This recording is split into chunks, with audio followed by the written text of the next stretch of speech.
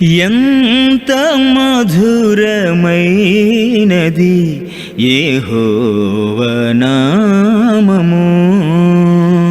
రక్షకుడైన యేసుక్రీస్తు వారి నామంలో వందనాలు తెలియజేస్తూ ఉన్నాం. ప్రభువైన యేసు యొక్క దైవత్వాన్ని గురించి మనం అధ్యయనం చేస్తూ ఉన్నాం. క్రైస్తవ జీవితము అనేటువంటిది క్రీస్తు ప్రభు మీద కట్టబడేటువంటి జీవితము. ముఖ్యంగా క్రీస్తు ప్రభువును గూర్చినటువంటి స్పష్టమైన అవగాహన గనక లేనట్లయితే క్రైస్తవ జీవితం అనేటువంటిది అత్యంత బలహీనంగా ఉంటుంది, అది కూలిపోయేటువంటిదిగా ఉంటుంది. ఈరోజు మనమందరం కూడా ఎందుకు క్రైస్తవులుగా ఉన్నాము అంటే కేవలము క్రీస్తు ప్రభువును బట్టే. క్రీస్తు ప్రభువే లేకపోతే క్రైస్తవ్యం అనేటువంటిది లేదు. క్రీస్తు ప్రభు ఆయన ఒక సాధారణమైనటువంటి వ్యక్తి అయితే, ఆయన దేవుడు కానట్లయితే, దైవత్వం ఆయనకి లేనట్లయితే, క్రీస్తు ప్రభు చేసినటువంటి ఎన్నో వాగ్దానాలు అవి కేవలము నమ్మలేనటువంటివిగానే మిగిలిపోతాయి. ఈరోజు మనకు తెలుసు, లోకంలో ఉన్నటువంటి ఏ మనిషి యొక్క మాట కూడా నమ్మదగినటువంటిది కాదు. ఎందుకంటే అబద్ధం ఆడనటువంటి నరుడెవరు కూడా లేరు. ప్రతి ఒక్కరూ కూడా అబద్ధికులే. కానీ దేవుని వాక్యం తెలియజేస్తుంది, అబద్ధం ఆడుటకు ఆయన నరమాత్రుడు కాదు అని దేవుని గురించి చెప్తూ ఉంటాడు. దేవుడు మాత్రమే అబద్ధం ఆడజాలన్నటువంటి స్వభావం కలిగి ఉన్నాడు. ప్రతి మనిషి కూడా అబద్ధికుడుగానే ఉంటాడు దేవుని ముందు అని చెప్పేసి అంటూ ఉన్నాడు. కాబట్టి క్రీస్తు ప్రభు దేవుడైతే ఆయన వాగ్దానాలను మనం నమ్మగలం. ఎందుకంటే ఆయన దేవుడైతే ఆయన చెప్పిన దానిలో 1% కూడా అబద్ధం ఉండదు. 1% కూడా అబద్ధం ఉండదు అంటే ఖచ్చితంగా వాటిని మనం నమ్మొచ్చు. మనం మరలా తిరిగి లేస్తాము, మరణానంతరం జీవితం ఉంది అంటే దాన్ని నమ్మొచ్చు. అంతేకాదు మనం తిరిగి లేచిన తర్వాత తీర్పు ఉంటుంది అంటే నమ్మొచ్చు. అంతేకాదు ఆయన వచ్చి మరలా మనల్ని తీసుకొని వెళ్తాను, తండ్రి ఇంట్లో అనేకమైన నివాసాలు ఉన్నాయి అంటే మనం నమ్మొచ్చు. అదే ఒకవేళ క్రీస్తు ప్రభు మనకులాంటి ఒక సాధారణమైనటువంటి మనిషి అయితే వెంటనే ఒక సందేహం వస్తుంది, ఆయన తిరిగి వస్తానన్నాడు కానీ నిజంగా వస్తాడండి? ఎందుకంటే ఇప్పటికే అనేక మంది చాలా ఆలస్యం అయిపోయింది కదా. ఒకసారి ఒకరు అడిగారు, ఆయన వస్తాను అని 2000 సంవత్సరాలు అయిపోయింది, ఇంకెన్ని వేల సంవత్సరాలు పడుతుంది, అసలు వస్తాడా అని.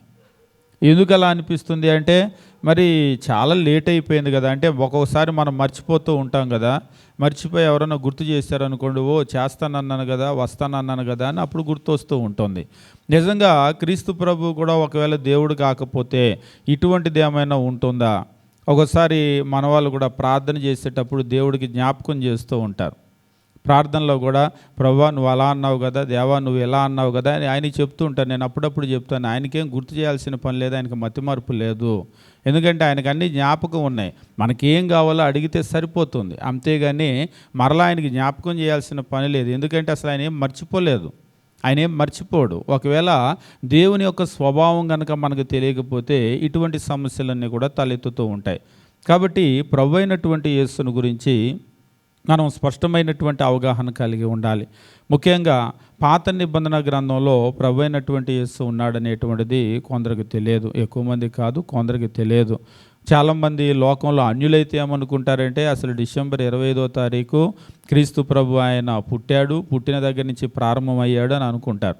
బైబిల్ని బాగా చదివేటువంటి వాళ్ళకు, మరలా వినండి, బైబిల్ని బాగా చదివేటువంటి వాళ్ళకు మాత్రమే తెలిసిన విషయం ఏంటంటే డిసెంబర్ 25 అనేటువంటి తేదీ బైబిల్లో లేదు అని. ఇది చెప్పగానే ఒక్కసారి వాళ్ళు అని నోరు తెరిచి ఆశ్చర్యపోతారు. లోకంలో ఉన్నవాళ్ళు కాదు, బైబిల్ అంటే వాళ్ళు బైబిల్ పట్టుకొని ప్రార్థనకు వచ్చేవాళ్ళు కూడా.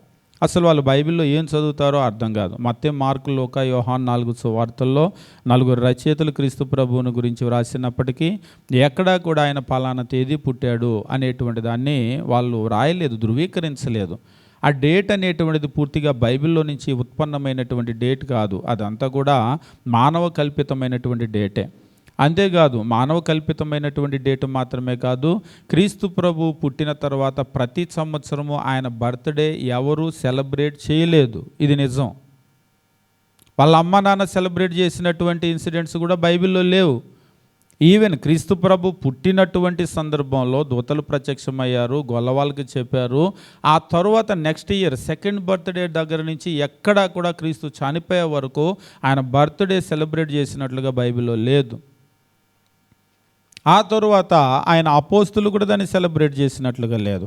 ఆ తరువాత స్థానిక సంఘాలు ప్రారంభమైన తరువాత కూడా, ప్రపంచమంతా క్రైస్తవం వ్యాప్తి చెందిన తరువాత కూడా ఎక్కడ స్థానిక సంఘాల రీతిగా క్రీస్తు ప్రభు యొక్క బర్త్డేని సెలబ్రేట్ చేసినట్లుగా లేవు. మరి ఇదంతా ఎప్పటి నుంచి వచ్చిందండి అని అంటూ ఉంటారు ఒక ఆయన. ఎప్పటి నుంచి వచ్చింది అంటే చరిత్ర చదివేటువంటి వాళ్ళకి స్పష్టంగా తెలుసు. ఆ తర్వాత కొందరు మరి మనం ఎందరికో బర్త్డే చేస్తున్నాం, మన దేవుడికి మనం బర్త్డే చేయమా అన్నటువంటి మానవ ఆలోచనలోంచి ఒకసారి ఒకరు అడిగారు, మా ఇంట్లో పిల్లోడికే పుట్టినరోజు అంటే కేకు తెస్తాము, చాక్లెట్లు పంచుతాం సార్, మరి క్రీస్తు ప్రభుకి చేయొద్దా అంటున్నాడు. మీ పిల్లోడికి మీరు కేకు తేండి, చాక్లెట్లు పంచండి, మటన్ బిర్యానీ చేయండి, అందరినీ పిలవండి, అందరికీ భోజనం పెట్టండి, కానీ క్రీస్తు ప్రభుకి చేయాలి అని అంటే ఆత్మ సంబంధమైనటువంటి కార్యక్రమాల్లో మీ ఇష్టం వచ్చినట్టు కాదు. మీరు చాక్లెట్ పంచుతారో, లడ్డీ పంచుతారో, కోవా పంచుతారో, కాజా పంచుతారో, అది మీ ఇష్టం, దాన్ని ఎవరు ఆక్షేపించరు. చికెన్ బిర్యానీ పెడతారా, మటన్ బిర్యానీ పెడతారా, అసలు పెడతారా పెట్టరా మీ ఇష్టం. కానీ ఆత్మ సంబంధమైన కార్యక్రమాలు చేయాలి అంటే దీని అనుమతి కావాలి, బైబిల్ యొక్క అనుమతి, దేవుని యొక్క అనుమతి కావాలి. అంతేగాని నా ఇష్టం వచ్చినట్లు నా డబ్బులు ఉన్నాయి, నా పిల్లలకి చేస్తాను, నేను క్రీస్తు ప్రభు కూడా చేస్తానంటే కాదు. అలాగనే ఒక్కొక్కటి వాళ్ళు మనుషుల ఆలోచనలు లోపలికి వచ్చేసినాయి. అందువల్ల మనం గుర్తించవలసినటువంటి విషయం ఏమిటంటే, లోకం ఇవాళకి కూడా డిసెంబర్ 25వ తారీఖు క్రీస్తు ప్రభు పుట్టాడేమో అనేటువంటి ఒక భ్రమలో వాళ్ళు ఉన్నారు. కానీ వాస్తవాలను మనం చదివేటప్పుడు మనకు అర్థమవుతుంది. ఆశ్చర్యం ఏంటంటే లేనియన్నీ కూడా బాగా బోధ చేస్తున్నారు, క్రీస్తు ప్రభు గురించి ఉన్న విషయాలు మాత్రం బోధ చేయటం లేదు. అసలు డిసెంబర్ 25 లేదు, అద్దరగొట్టేస్తూ ఉంటారు. మొన్న కూడా మేము ఒక చోటకి వెళ్ళాం, కడప జిల్లా. మేము లోపలికి వెళ్తే వాక్యం చెప్పేటప్పుడు పక్కనే క్రిస్మస్ ట్రీ ఉంది. నేను చెప్పాను, ఇలాంటి చెట్లు బాగా లైటింగ్ పెట్టారు, దానికి కరెంట్ లైటింగ్ కూడా పెట్టారు, బాగుంది, కానీ అటువంటివి బైబిల్లో లేదు. నేను చెప్పాను, అలాగే చెట్లకు లైటింగ్ పెట్టడం ఏమవుతుందో మీకు తెలుసా అని చెప్పేసి అంటే, అలంకరణ అని అనుకుంటున్నారేమో, అలంకరణ కాదు. భారతదేశంలో చెట్లను పూజిస్తూ ఉంటారు, దీపాలు పెడుతూ ఉంటారు, దీపారాధన, ఆరాధన అని ఉంటూ ఉంటారు, చెట్లను పూజ చేస్తూ ఉంటారు. మనకే కాదు, ఏన్షియంట్ ఈజిప్ట్లో కానీ, బ్యాబిలోన్లో కానీ, లేకపోతే అనేక దేశాలలో వాళ్ళు ఏం చేస్తూ ఉంటారంటే ఇటువంటి చెట్లకు కొన్ని అద్భుతమైనటువంటి శక్తులు ఉన్నాయి అని వాళ్ళు నమ్ముతూ ఉంటారు. ఆ చెట్లను పూజ చేయటం ద్వారా ఆ శక్తులు మనకి అది ప్రసాదిస్తుంది. ఉదాహరణకు పిల్లలు కనుక లేకపోతే చెట్లను పూజ చేస్తే పిల్లలు పుడతారని ఇప్పటికీ కూడా మనకు ఒక మూఢ నమ్మకం ఉంది. అందువల్ల వెళ్ళి చెట్ల దగ్గర పూజలు చేయటం, ఏదో ఊరిలో ఉందంట చెట్టు. ఒకసారి నేను అడిగాను, ఒక ఊరు వెళ్తూ ఉంటే అంత చెట్టు నిండా గుడ్డలు వేలాడుతూ ఉంటే, ఇన్ని గుడ్డలు ఎలాగో వచ్చి గాలికి ఇక్కడ చిక్కుని అంటే, అవి చిక్కుకు ఒకసారి కడతారా అన్నాడు. అదేంటి చెట్టు కంటే, ఇది చాలా ఫేమస్ అండి, మా ఊర్లో చుట్టుపక్కల ఏరియా నుంచి పిల్లలు లేని వాళ్ళందరూ వచ్చి ఇక్కడ అలా దానికి గుడ్డలు కడుతూ ఉంటారు, అలా కడితే పిల్లలు పుడతారని వాళ్ళ నమ్మకం అని చెప్పేసి అన్నారు. అంటే వాళ్ళ నమ్మకాలని మనం క్రిటిసైజ్ చేయటం కాదు, కానీ అలా చెట్లను ఆరాధిస్తే పిల్లలు పుడతారు అనేటువంటి ఒక నమ్మకము, చెట్లను ఆరాధించటం మనకు ఉంది. వాళ్ళు ఏం చేస్తూ ఉంటారంటే, పాతకాలం కాబట్టి దీపారాధన అంటే నూనె పోసి ఒత్తి వెలిగించి దీపారాధన, అంత ఇప్పుడు మోడర్న్ కాలంలో ఉన్నాం కాబట్టి కరెంటు లైట్లు పెట్టి స్విచ్ చేస్తే ప్లగ్లో పెట్టి అది వెలుగుతూ ఉంటుంది, అదొక రకమైన ఆరాధన. కానీ మనకు తెలియకుండానే మనము ఎటువైపు ఇడ్చుకొని పోబడుతున్నామంటే, బైబిల్లో ఉందా లేదా అనేటువంటిది ఎవరు చూడటం లేదు. వాళ్ళు ట్రీ పెట్టారు, మనం ట్రీ పెట్టాలి. అసలు నేరుగా ఇక్కడికి ఒక ట్రీ తీసుకొని వచ్చి, చెట్టు తీసుకొని వచ్చి దీపారాధన చేస్తే ఆరాధన చెట్టుకు చేయాలా, దేవునికి చేయాలా? దేవునికి చేసేటువంటి ప్లేస్లో ఒక చెట్టును తీసుకొని వచ్చి దానికి లైటింగ్ పెడుతున్నామంటే ఎటువైపు ఇడ్చుకొని పోతూ ఉన్నాం? అది ఏమిటి అని అడిగేటువంటి పరిస్థితి లేదు. అయ్యా మరి చెట్టు పెడుతున్నారు, బైబిల్లో ఎక్కడ ఉందని అడిగేటువంటి పరిస్థితి లేదు. లేని అని నమ్ముతున్నారు, కానీ ఉన్నదాన్ని మాత్రం అసలు చెప్పేటువంటి పరిస్థితి లేదు. కాబట్టి ప్రభు అయినటువంటి యేసు యొక్క ఆరంభం అనేటువంటిది డిసెంబర్ 25న ఏదో క్రొత్త నిబంధన గ్రంథంలో మాత్రం కాదు, పాత నిబంధనలో మనం గమనించినప్పుడు పాత నిబంధన ఆద్యంతము కూడా మనం క్రీస్తు యొక్క ప్రత్యక్షతలో మనం చూస్తూ ఉంటాం. దాన్ని మీకా ప్రవక్త చాలా చక్కగా చెప్తూ ఉంటాడు. 5వ అధ్యాయం 2వ వచనము మీకా ప్రవక్త చెప్పినటువంటి ప్రవచనాన్ని మనం గమనించినప్పుడు దేవుని వాక్యం ఈ రీతిగా తెలియజేస్తూ ఉంటాడు. మీకా గ్రంథము 5వ అధ్యాయము 2వ వచనం మనం గమనించినప్పుడు క్రీస్తు యొక్క ప్రత్యక్షతల గురించి మాట్లాడుతూ, బెత్లెహేము ఎఫ్రాతా, యోదావారి కుటుంబములలో నీవు స్వల్ప గ్రామమైనను నా కొరకు ఇజ్రాయేలీలను ఏలబోవాడు నీలో నుండి వచ్చును. ఇది క్రీస్తు ప్రభువును గురించి, ఆయన యొక్క జననాన్ని గురించి మాట్లాడబడినటువంటి ప్రవచనం.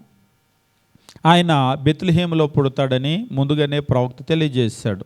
దేవుడు దాన్ని ముందుగానే వాగ్దానం చేశాడు. అంతేకాదు ఆ పుట్టబోయేటువంటి ఆయన గురించి మాట్లాడుతూ, పురాతన కాలం మొదలుకొని శాశ్వత కాలము ఆయన ప్రత్యక్షమగుచుండును. ఆయన పురాతన కాలము నుండి ప్రత్యక్షమవుతూ ఉన్నాడు. కాబట్టి క్రీస్తు యొక్క ప్రత్యక్షతలు అనేటువంటివి పురాతన కాలము నుండి ఉన్నాయి, శాశ్వత కాలము నుండి ఉన్నాయి. అంటే ఆయన ఏదో హఠాత్తుగా క్రొత్త నిబంధన కాలంలో ప్రత్యక్షమైనటువంటి వ్యక్తి కాదు. ఆయన పురాతన కాలము నుంచి ప్రత్యక్షం అవుతూనే ఉన్నాడు, శాశ్వత కాలం నుండి ప్రత్యక్షం అవుతున్నాడు. అంటే ఆయన ఇటర్నిటీ నుంచి ప్రత్యక్షం అవుతూనే ఉన్నాడు.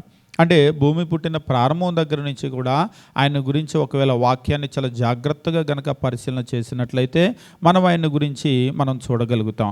మనం చూస్తూ ఉన్నాము, ఆయన ప్రత్యక్షమైనటువంటి ఆయన యొక్క ప్రత్యక్షతలను అబ్రహాముకు ప్రత్యక్షమయ్యాడు. అంతేకాదు ఇస్సాకు, యాకోబుకు ప్రత్యక్షమైనటువంటి సంఘటనలు మనం చూస్తూ ఉన్నాము. అంతేకాదు మనం ఇంకా ముందుకు వచ్చి కనుక చదువుతూ ఉన్నట్లయితే మనకు దాదాపుగా ఇజ్రాయేలీలను నడిపించేటువంటి సందర్భంలో అరణ్యంలో అడుగడుగున ఆయన ప్రత్యక్షమవుతూ ఉన్నాడు. ఆ తర్వాత ఇజ్రాయేలీలను ఆ కనాను దేశంలో వాగ్దాన భూమిలో ప్రవేశపెట్టేటప్పుడు యెహోషువకు యెహోవా సేనాధిపతిగా ప్రత్యక్షమయ్యాడు. వాస్తవంగా అక్కడ యెహోషువ ఆరాధించటాన్ని బట్టి ఆయన ఒక దైవికమైన వ్యక్తి అనేది స్పష్టంగా అర్థమవుతుంది. దైవత్వం ఎవరికి ఉంది బైబిల్లో అంటే తండ్రి, కుమారుడు, పరిశుద్ధాత్మ. కేవలం ఈ ముగ్గురేవి. ఈ ముగ్గురికి తప్ప వేరెవరు కూడా దైవత్వం కలిగినటువంటి వ్యక్తులు కాదు. ఒక సాధారణమైన దేవదూత అయితే ఆరాధనకు వాళ్ళు పాత్రులే కాదు. వాళ్ళు నేరుగా చెప్పారు. ప్రకటన గ్రంథంలో మనం యోహాను దూతను ఆరాధించాలనే ప్రయత్నం చేసినప్పుడు, వద్దు సుమి, నేను కూడా సహదాసుణ్ణి అని చెప్పేసి అంటాడు. కాబట్టి ఏ దేవదూత కూడా ఆరాధనకు పాత్రుడు కాదు, ఆరాధన వాళ్ళు అంగీకరించరు. కానీ ఇక్కడ మనం గమనించినప్పుడు ఆయన ఆరాధనని స్వీకరించాడు అని అంటే ఖచ్చితంగా ఈయన తండ్రి, కుమారుడు, పరిశుద్ధాత్మ ఈ ముగ్గురు వ్యక్తుల్లో ఒక వ్యక్తి అయి ఉండాలి, ఆ దైవికమైన వ్యక్తి అయి ఉండాలి. ఈ ముగ్గురు వ్యక్తుల్లో ఎవరవటానికి అవకాశం ఉంది అంటే తండ్రి కాదు. తండ్రి యొక్క ప్రత్యక్షతలు, పరిశుద్ధాత్మ యొక్క ప్రత్యక్షతలు మనకు లేవు. అక్కడ ప్రత్యక్షమైనటువంటి వ్యక్తి ప్రభు అయినటువంటి యేసే. ఒకవేళ ఇజ్రాయేల్ చరిత్ర కనుక మనం జాగ్రత్తగా పరిశీలన చేసినట్లయితే, ఒక దూతను నాకు మీకు ముందు పంపిస్తున్నాను, ఆయనకి నా నామం పెట్టబడి ఉంది అని చెప్పేసి అంటూ ఉంటాడు. కాబట్టి ఆయన నామం పెట్టబడినటువంటి దూత వారిని అక్కడి నుంచి నడిపించినట్లుగా, అరణ్యంలో కూడా బాండవల్లే వెంబడించినట్లుగా, ఆ తర్వాత వారిని కాపాడినట్లుగా, లోపలికి నడిపించినప్పుడు కూడా ఆయనే నడిపించినట్లుగా మనం చూస్తూ ఉంటాం. కాబట్టి ప్రభు అయినటువంటి యేసు ప్రత్యక్షతలు మనకు అడుగడుగున కనబడుతూనే ఉంటాయి. అంతేకాదు మనము ఇజ్రాయేలీలో ఆ కనాను దేశంలోకి వెళ్ళిన తర్వాత న్యాయాధిపతుల కాలంలో మనం గమనించినప్పుడు సంసోను చరిత్ర, దాదాపు శాంసన్ అంటే తెలియనటువంటి వాళ్ళు ఎవరు కూడా ఉండరు. ఈ సంసోను మహాబలాఢ్యుడైనటువంటి ఒక మనుష్యుడు. అయితే అతడు పుట్టడానికి ముందుగా అతని తల్లిదండ్రుల చరిత్ర చాలా కొద్దిమంది మాత్రం చదువుతూ ఉంటారు. సంసోను గురించి కథలు బాగా చదువుతూ ఉంటారు, కానీ సంసోను గురించి చిన్నపిల్లలకు కూడా తెలుసు. అయితే సంసోను తల్లిదండ్రుల గురించి ఎక్కువ మందికి తెలియదు. ఎవరికి తెలియదని కాదు, ఎక్కువ మందికి తెలియదు. న్యాయాధిపతుల గ్రంథము మనం గమనించేటప్పుడు 13వ అధ్యాయము ఈ రీతిగా తెలియజేస్తూ ఉంటుంది. న్యాయాధిపతుల గ్రంథము 13వ అధ్యాయం మనం గమనించినప్పుడు, ఇజ్రాయేలీలు మరలా యెహోవా దృష్టికి దోషులు కాగా యెహోవా 40 సంవత్సరాల వారిని ఫిలిస్తీన్ల చేతికి అప్పగించెను. ప్రపంచంలో ఏ శత్రువునైనా సరే కొట్టాలి అంటే అంతకంటే న్యాయాధిపతుల గ్రంథం 13వ అధ్యాయం 1వ వచనము, 13వ అధ్యాయం 1వ వచనంలో ప్రపంచంలో ఏ శత్రువునైనా సరే ఎవరైనా కొట్టాలి అంటే వాళ్ళకంటే బలం కలిగి ఉన్నటువంటి వాళ్ళు కొట్టగలుగుతారా? వాళ్ళకంటే బలహీనంగా ఉన్న వాళ్ళు కొట్టి గెలవగలుగుతారా? వాళ్ళకంటే బలహీనమైనటువంటి వాళ్ళైతేనే కొట్టి గెలవగలుగుతారు, అంతేనా? మీకు ఎప్పుడైనా చూడండి, బయట కోడిపుంజులు కూడా అవి పెడుతూ ఉంటారు కదా, పోటీలు పెడుతూ ఉంటారు కదా, కోళ్ళ పందాలు పెట్టినా, లేకపోతే ఎద్దులు, లేకపోతే రకరకాల పోటీలు. దేనికైనా సరే పోటీకి దింపాలి అంటే సమానంగా ఉండాలి, లేదా అంతకంటే బలం కనుక ఉంటే ఇంకా మంచిది, ఖచ్చితంగా గెలుస్తూ ఉంటారు. ఎందుకు ఈ విషయం చెప్తున్నానంటే, ఈసారి ఫిలిస్తీన్ల చేతికి దేవుడు వాళ్ళని అప్పగించాడు. కారణం ఏమిటి అంటే ఇజ్రాయేలీలు మరలా యెహోవా దృష్టికి దోషులు కాగా, బైబిల్ చదివేటువంటి వాళ్ళకు ఆసక్తి కలిగినటువంటి వాళ్ళకి ఇక్కడ ఒక ప్రశ్న ఉంది. మరలా యెహోవా దృష్టికి దోషులు కాగా అంటే మరలా అంటే దాని అర్థం ఏంటి? ఆంగ్లంలో అంటూ ఉంటాడు, again the children of Israel did evil again. మరలా వాళ్ళు తప్పు చేశారు, యెహోవా దృష్టికి దోషులయ్యారు. అవును, మరలా అయ్యారు అంటే దాని అర్థం ఏంటి? ఇంతకుముందు అయ్యారనా? ఇంతకుముందు అవ్వకపోతే మరలా అని చెప్పం మనం. ఇదిగో నువ్వు మరలా తప్పు చేస్తున్నావు అంటే మరలానా, ఇంతకుముందు ఎప్పుడు చేసే చెప్పు అంటారు. అదే ఫస్ట్ తప్పు అనుకోండి, ఇంతకుముందు ఎప్పుడు చేసా మరలా అంటున్నావు, ఇదే ఫస్ట్ అని అంటారు. ఇక్కడ ఇజ్రాయేలీలు మరలా యెహోవా దృష్టికి దోషులయ్యారంటే మనకు అర్థమవుతుంది ఖచ్చితంగా ఇంతకుముందు అయ్యారు.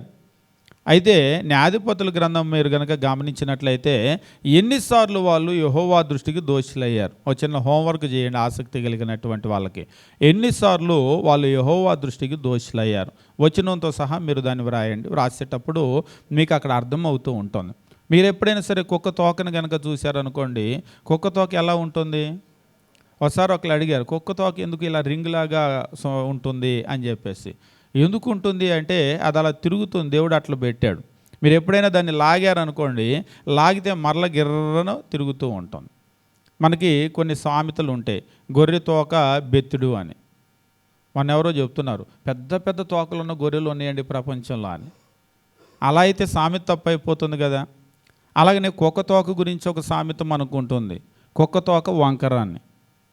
ఒకవేళ ఎవరైనా సరే బుద్ధి బాగలేదనుకోండి, ఎప్పుడు ఆ బుద్ధి అలాగే వెనక్కి వెళ్ళిపోతుంది అనుకోండి, అప్పుడు ఈ కుక్క తోక వంకర అనేటువంటి సామెత చెప్తారు. కుక్క తోక ఎలాగైతే లాగితే మరలా వెనక్కి వెళ్ళిపోతుందో వాడి బుద్ధి కూడా అంతేరా, వంకర బుద్ధి, వాడు అలానే చేస్తాడు అన్నట్లుగా. అంటే ఎందుకు ఈ మాట చెప్తున్నాడు? కుక్క తోక ఎప్పుడైతే ఇలాగ లాగినా మరలా వెనక్కి వంకర వెళ్ళిపోతుందో, ఇజ్రాయేల్ని కూడా ఇలా లాగినా మరలా వంకరగా వెళ్ళిపోతూ ఉంటారు. ముఖ్యంగా న్యాయాధిపతుల గ్రంథం చూసినప్పుడు వాళ్ళది ఎంత వంకర బుద్ధో అర్థమవుతూ ఉంటుంది. ఈసారి ఏం చేశాడంటే, ఈసారి గట్టి వంకరలాగా ఉంది, అందుకనే గట్టోళ్ళకి అప్పచెప్పాడు ఫిలిస్తీన్లకి. ఈ ఫిలిస్తీన్లు మామూలు వాళ్ళు కాదు. మీకు ఫిలిస్తీన్లు అనగానే గుర్తొచ్చేది గొలియాతు, 6 మూరల జానెడు, బలాఢ్యులైనటువంటి మనుషులు. బలాఢ్యులైనటువంటి మనుషులకి అప్పచెప్తే ఏం చేస్తారు? గట్టిగా చితక కొడతారు, అంతే కదా. అంతవరకు బాగానే ఉంది, గట్టిగా చితక కొట్టారు, బాగానే ఉంది. మరి వాళ్ళ చేతిలో నుంచి విడిపించాలంటే అంతకు మించిన బలాఢ్యుడు ఎవరో రావాలి కదా. ఇజ్రాయేలీలను దేవుడు విడిపించడానికి కూడా వాళ్ళకి ఎప్పుడైతే బుద్ధి వచ్చిందో, బుద్ధి వచ్చి మరలా దేవుని వైపు తిరిగారో, దేవుని వైపు తిరిగినప్పుడు దేవుడు మరలా వాళ్ళని విడిపించడానికి న్యాయాధిపతులను పంపించేవాడు. ఈ న్యాయాధిపతుల గ్రంథంలో మనం చూస్తూ ఉంటాం అన్నమాట. ఈ న్యాయాధిపతుల గ్రంథంలో కొంతమంది ఫేమస్ వ్యక్తులు ఉన్నారు. అందులో ఈ సంసోను ఒక వ్యక్తి, మహాబలాఢ్యుడైన వ్యక్తి. బైబిల్లోనే బలాఢ్యుడైన వ్యక్తి అంటే మొట్టమొదటి గుర్తొచ్చేటువంటి నెంబర్ 1 పేరు ఏమిటి అంటే సంసోన్. ఇక ఆయన తర్వాతే బలంలో ఎవరైనా సరే. సంసోను జీవితాన్ని గురించి చదివేటప్పుడు ఎప్పుడు కూడా ఎంత బలాఢ్యుడైనటువంటి వ్యక్తో ట్రాజిడీ అని చెప్పేసి అంటూ ఉంటారు. ట్రాజిడీ అంటే ద సడన్ డౌన్ ఫాల్, హఠాత్తుగా కనుక పైనుంచి కింద పడిపోతే దాన్ని ట్రాజిడీ అంటారు ఇంగ్లీష్లో. ఇక్కడ సంసోను యొక్క జీవితాన్ని కూడా మీరు గమనించినప్పుడు ఒక బలాఢ్యుడైనటువంటి వ్యక్తిగా, ఒక ఫేమస్ వ్యక్తిగా ఇజ్రాయేలీల్లో చరిత్ర మొదలయ్యి ఒక అంధుడుగా, గ్రుడ్డువాడిగా, ఫిలిస్తీన్లకు దొరికిపోయినటువంటి ఒక బానిసగా వాళ్ళ దగ్గర తిరగలి విసురుతూ చివరికి అక్కడ వాళ్ళందరూ అపహాస్యం చేస్తూ ఆయన జీవితం ముగించబడుతుంది. ఆయన చచ్చిపోయేటప్పుడు గుడ్డివాడు, కళ్ళు లేడు, ఒక గుడ్డివాడిగా చచ్చిపోయాడు. నిజంగా ఒక బలాఢ్యుడిగా తన యొక్క జీవితాన్ని ప్రారంభించి ఒక గుడ్డివాడిగా తను మరణించడం జరుగుతుంది. ఈ కథను మనం చదివేటప్పుడు, ఈ చరిత్రను చదివేటప్పుడు మనం చూసినట్లయితే ఇక్కడ 2వ వచనంలో ఈ రీతిగా చెప్తూ ఉంటాడు. ఆ కాలమున దాను వంశస్థుడునో జొరియా పట్టణస్థుడైన మనోహ అను ఒకడు ఉండెనో, అతని భార్య గుడ్రాలై కానుపు లేక ఉండెనో. ఏమిటి ఇదంతా అంటే ఇది సంసోను యొక్క తల్లిదండ్రులే, వీళ్ళిద్దరు ఎవరో కాదు. దాను వంశస్థుడు జొరియా పట్టణస్థుడైన మనోహ అనే ఒకడు ఉన్నాడు, అతని భార్య గొడ్రాలు. అంటే సంసోను పుట్టకముందు అతని తండ్రి, అతని తల్లి యొక్క పరిస్థితిని గురించి చెప్తూ ఉన్నాడు. అయితే సంతానం లేనటువంటి ఆ భార్యాభర్తలు ఎవరైనా సరే సంతానం లేకుండా ఉంటే పిల్లల కొరకు చాలా పరితపిస్తూ ఉంటారు. ఎప్పుడు పుడతారా, ఎప్పుడు పుడతారా, ఎప్పుడు పుడతారా అని చెప్పేసి చూస్తూ ఉంటారు. 3వ వచనము, యెహోవా దూత ఆ స్త్రీకి ప్రత్యక్షమై, ఇదిగో నువ్వు గొడ్రాలవు, నీకు కానుపు లేకపోయాను, అయితే నీవు గర్భవతి కుమారుని కందువు. ఆ గొడ్రాలైనటువంటి ఆ స్త్రీకి 3వ వచనంలో చెప్తున్నాడు, యెహోవా దూత ఆ స్త్రీకి ప్రత్యక్షమై. మరలా బాగా గమనించండి, యెహోవా దూత అని అంటూ ఉన్నాడు. దీని కొరకు మనం ఇక్కడికి వచ్చాం. యెహోవా దూత ఆ స్త్రీకి ప్రత్యక్షమై, అంటే సంసోను పుట్టక ముందు సంసోను యొక్క తల్లికి ప్రత్యక్షమయ్యాడు. ఆ మనోహ యొక్క భార్యకు ప్రత్యక్షమయ్యాడు. ప్రత్యక్షమయ్యి, ఇదిగో నువ్వు గొడ్రాలువు, నీకు కానుపు లేకుండా పోయింది, అయితే నువ్వు గర్భవతి అవుతావు, కుమారుని కంటావు. నిజంగా గర్భిణీ అవ్వటం అంటేనే చాలా సంతోషమైన విషయం. ఇవాళకి కూడా మీరు నమ్మండి నమ్మకపోండి, ఇవాళ కూడా ఆడపిల్ల పుడితే ఎక్కువ సంతోషం, మగపిల్ల పుడితే ఎక్కువ సంతోషం. బయటికి చెప్పొద్దు, బయటకైతే అబద్ధాలు చెబుతారు. మాకు ఎవరైనా ఒకటే అంటారు. ఏం కాదు, లోపల వేరే ఉంటుంది. బయటికి ఎవరైనా ఒకటే అంటారు, కానీ ఎందుకనో మగపిల్లల్ని కోరుకుంటూ ఉంటారు. ఎక్కువగా ఏంటంటే ఆడపిల్లలు అంటే తల్లులైన వాళ్ళు ఆడపిల్లని కాకుండా మగపిల్లని కోరుకుంటారు. నేను చూస్తూ ఉన్నాను, తండ్రి కంటే కూడా అంటే మగవాళ్ళ కంటే కూడా ఆడవాళ్ళే ఎక్కువ మగవాళ్ళని కోరుకుంటారు. నేను ఒకసారి అడిగాను, ఆడవాళ్ళే మగవాళ్ళని కోరుకుంటే మరి ఆడపిల్లల్ని ఎవరు కోరుకోవాలి? ఇప్పుడు ఒక ఆడపిల్ల కావాలనేటువంటిది ఎక్కువ కోరుకోవాలి, కానీ ఆ తల్లి ఏం కోరుకుంటుందంటే మగపిల్లడు పుడితే బాగుండు అని కోరుకుంటూ ఉంటుంది. ఇవేళ కాదు, ఇది ఎప్పటి నుంచో ప్రపంచంలో ఉన్నటువంటి విషయమే. ముఖ్యంగా ఇజ్రాయేల్ చరిత్ర కనుక చూసినట్లయితే మగవారినే వారు జనసంఖ్యలో లెక్కించేటువంటి వాళ్ళు, ఆడవాళ్ళని కానీ పిల్లల్ని కానీ లెక్కించే వాళ్ళు కాదు. ఈరోజు మనకి ఎలాగైతే మగబిడ్డ పుడితే వంశము అభివృద్ధి అని అంటారో, సేమ్ యాజ్ ఇట్ ఈజ్గా అది ఇజ్రాయేలీలో ఉంటుంది. అప్పుడప్పుడు అనిపిస్తూ ఉంటుంది, భారతదేశం వాళ్ళు అక్కడి నుంచి కానీ అడాప్ట్ చేసుకున్నారేమో అని చెప్పేసి. అంతేకాదు, ఈరోజు భారతదేశంలో ఉండేటువంటి అంటే క్యాస్ట్ సిస్టమ్ అనేటువంటి దాని గురించి నేను మాట్లాడటం లేదు, కానీ ఉదాహరణకి ఇప్పుడు ఇద్దరు విభిన్నమైనటువంటి వేరు వేరు క్యాస్ట్లకు చెందినటువంటి ఆడవాళ్ళు మగవాళ్ళు పెళ్లి చేసుకున్నారనుకోండి. ఇప్పుడు ఇద్దరిది వేరు వేరు క్యాస్ట్ కదా. ఈ వేరు వేరు కాస్ట్లో ఇప్పుడు ఆడవాళ్ళది ఒక క్యాస్ట్, మగవాళ్ళది అంటే భర్తది ఒక క్యాస్ట్, భార్యది ఒక క్యాస్ట్. వీళ్ళిద్దరూ పెళ్లి చేసుకుంటే పిల్లలు పుట్టారు. పిల్లలది ఏ క్యాస్ట్ అవుతుంది? తండ్రి క్యాస్ట్ వస్తుందా, తల్లి క్యాస్ట్ వస్తుందా? తల్లి క్యాస్ట్ కాదు, తండ్రి క్యాస్టే తీసుకుంటారు. ప్రస్తుతం ఉన్నటువంటి సమాజంలో అలాగనే, అంటే ఒకవేళ వాళ్ళు మిక్స్డ్ అయినప్పటికీ కూడా క్యాస్ట్ అనేటువంటిది వాళ్ళ బ్లడ్ కూడా మిక్స్ అయిపోయినప్పటికీ కూడా వాళ్ళని తల్లి క్యాస్ట్గా అంగీకరించరు. ఇప్పటికి కూడా చాలా సమస్యలు ఉన్నాయి రాష్ట్రంలో, పేర్లు నేనేం చెప్పను, వాటిలోకి మనం ఏం వెళ్ళొద్దు, కానీ తల్లి క్యాస్ట్గా అంగీకరించరు, తండ్రి క్యాస్ట్గానే వాళ్ళు చెప్పబడతారు. ఇజ్రాయేలీల్లో కూడా 2 గోత్రాల వ్యక్తులు గనక, అంటే ఒకవేళ యూదా గోత్రానికి చెందినటువంటి ఒక పురుషుడు లేవి గోత్రము యాజకత్వం ఫ్యామిలీలో నుంచి వచ్చిన ఒక స్త్రీ వివాహం చేసుకున్నారనుకోండి, ఇప్పుడు పుట్టినటువంటి సంతానం యూదా గోత్రంగానే పరిగణించబడతారు. స్త్రీ గోత్రం అనేటువంటిది పరిగణించబడదు. అంటే పురుషునిది ఏ గోత్రం అయితే ఉంటుందో అదే గోత్రం బిడ్డలకు వస్తుంది. మనకు చరిత్ర చదివేటప్పుడు మనం చూస్తూ ఉంటాం.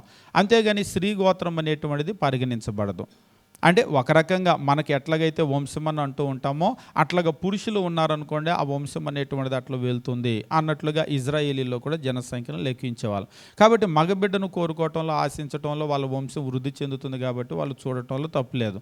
ఇక్కడ కూడా గుడ్రాలు అయినటువంటి అసలు గుడ్రాలు అంటే ఎంతో కాలం నుంచి పిల్లలు లేకపోతే పిల్లలు పుడితే చాలన్నట్టు ఎదురు చూస్తూ ఉంటారు. కానీ ఇక్కడ ప్రత్యక్షమైనటువంటి యెహోవా దూత 3వ వచనంలో యెహోవా దూత ఆ స్త్రీకి ప్రత్యక్షమై, ఇదిగో నువ్వు గుడ్రాలవు, నీకు కానుపు లేకపోయాను, అయితే నీవు గర్భవతివై కుమారుని కందువు, but you shall conceive and bear a son. నువ్వు కుమారుని కనబోతున్నావు అని చెప్పేసి అన్నారు. నిజంగా ఇక్కడికి ఎగిరి గంతేయాల్సినంత ఆనందం, అయితే అంతకు మించిన ఆనందం మరొకటి ఉంది. కనేటువంటి మగబిడ్డ కూడా ఇలాంటి మగబిడ్డ కాదు, చరిత్రలో ఇప్పుడు దాకా చూడనటువంటి ఒక మగబిడ్డ పుట్టబోతున్నాడు. ఇక మీద కూడా చూడరేమో అలాంటి మగబిడ్డ. అంతటి బలాఢ్యుడైనటువంటి ఒక మగబిడ్డను దేవుడు భూమి మీదకి దించబోతూ ఉన్నాడు. కారణం ఏమిటి? అంత అవసరం ఏర్పడింది. అంత బలాఢ్యులైనటువంటి శత్రువులు ఉన్నారు ఇప్పుడు ఫిలిస్తీయులు. అంత బలాఢ్యులైనటువంటి శత్రువులను ఎదుర్కోవటానికి ఒక బలాఢ్యుడైనటువంటి మనిషి ఇజ్రాయేలీలో భూమి మీదకి దిగబోతున్నాడు, దిగాలి. అయితే దిగటానికి ఎంపిక చేసుకున్నటువంటి ఆ తల్లిదండ్రులు ఉన్నారు కదా, అది చాలా గొప్ప విషయం. సంసోను సాధారణంగా పుట్టినటువంటి ఒక వ్యక్తి కాదు, ఏదో మామూలుగా తల్లిదండ్రులకు పుట్టినటువంటి పిల్లలు లేక వాళ్ళు ఎదురు చూస్తున్నటువంటి సందర్భంలో పుట్టినటువంటి ఒక వ్యక్తి. ముందుగానే యెహోవా దూత ప్రత్యక్షమై ముందుగానే చెప్పాడు, నువ్వు గొడ్రాలువు, నీకు కానుపు లేకుండా పోయింది, అయితే నువ్వు గర్భవతి అవుతావు, గర్భవతి అయి నువ్వు కుమారుని కంటావు. 4వ వచనము, కాబట్టి నీవు జాగ్రత్తగా ఉండి. అక్కడ చెప్తున్నాడు చూడండి, జాగ్రత్తగా ఉండి ద్రాక్షరసమే కానీ మద్యమే కానీ త్రాగకుండు, అపవిత్రమైన దేనినైనా తినకుండు. ఆ బిడ్డ నీకు పుట్టబోతున్నాడు కాబట్టి నువ్వు జాగ్రత్తలు పాటించు. ఈరోజు కూడా ఆ గర్భిణి అనగానే జాగ్రత్తలు తీసుకుంటారు. ఇక స్త్రీలను కనుక మీరు చూసినట్లయితే చాలా జాగ్రత్తగా ఉంటూ ఉంటారు. ఇక అడ్డమైనవన్నీ తినరు. ఒకవేళ తినేసారు అనుకోండి, తినేస్తే ఏమవుతుంది? గర్భిణి అనగానే ఇక నోరు కట్టుకొని ఉండాలి. ఇంతకుముందు నాకు చికెన్ బిర్యానీ ఇష్టం అనుకోండి, రోజు చికెన్ బిర్యానీ తినొచ్చు. కానీ ఇక ప్రెగ్నెన్సీ వచ్చిన తర్వాత రోజు చికెన్ బిర్యానీ తింటానంటే కుదరదు, చికెన్ పకోడీ తింటానంటే కుదరదు, ఏదేదో నాకు నచ్చిన తర్వాత నేను తింటానంటే కుదరదు. అలా కనుక తింటే లోపల ఉన్నటువంటి బిడ్డ ఎఫెక్ట్ అవుతారు. అది ఆడబిడ్డ కావచ్చు, మగ బిడ్డ కావచ్చు. కాబట్టి ఇక మీదట చాలా జాగ్రత్తగా ఉండాలి. అలా ఉంటేనే ఆ బిడ్డ జాగ్రత్తగా పుడతారు. ఈవేళ రేపు మీరు కనుక గమనించినట్లయితే పిల్లలు బలహీనంగా పుట్టడానికి చాలా కారణాలు. అంటే మనం తినే ఆహారాన్ని బట్టే మన శరీరం ఫామ్ అవుతుంది. మన శరీరము అంటే శరీరంలో ఉన్నటువంటి అవయవాలన్నీ మనం గమనించినప్పుడు మనం తీసుకునేటువంటి ఫుడ్ అనేటువంటిది ఫ్యూయల్. ఒకవేళ కన్ను కావచ్చు, ముక్కు, చెవులు, లేకపోతే లోపల ఉండే లంగ్స్, ప్రతి అవయవాలు కూడా మనం తినే ఆహారాన్ని బట్టే పనిచేస్తూ ఉంటాయి. ఆ ఆహారాన్ని బట్టే అవన్నీ కూడా బలపడుతూ ఉంటాయి. ఇవాళ రేపు ఎముకలు చాలా బలహీనంగా ఉండి పుల్లలు ఎలాగైతే ఇరిగిపోతున్నాయి, అస్సలు ఎవరు ఎముకలు చూసినా కానీ ఇలా పడ్డారంటే అలా ఎముకలు ఇరిగిపోతూ ఉన్నాయి.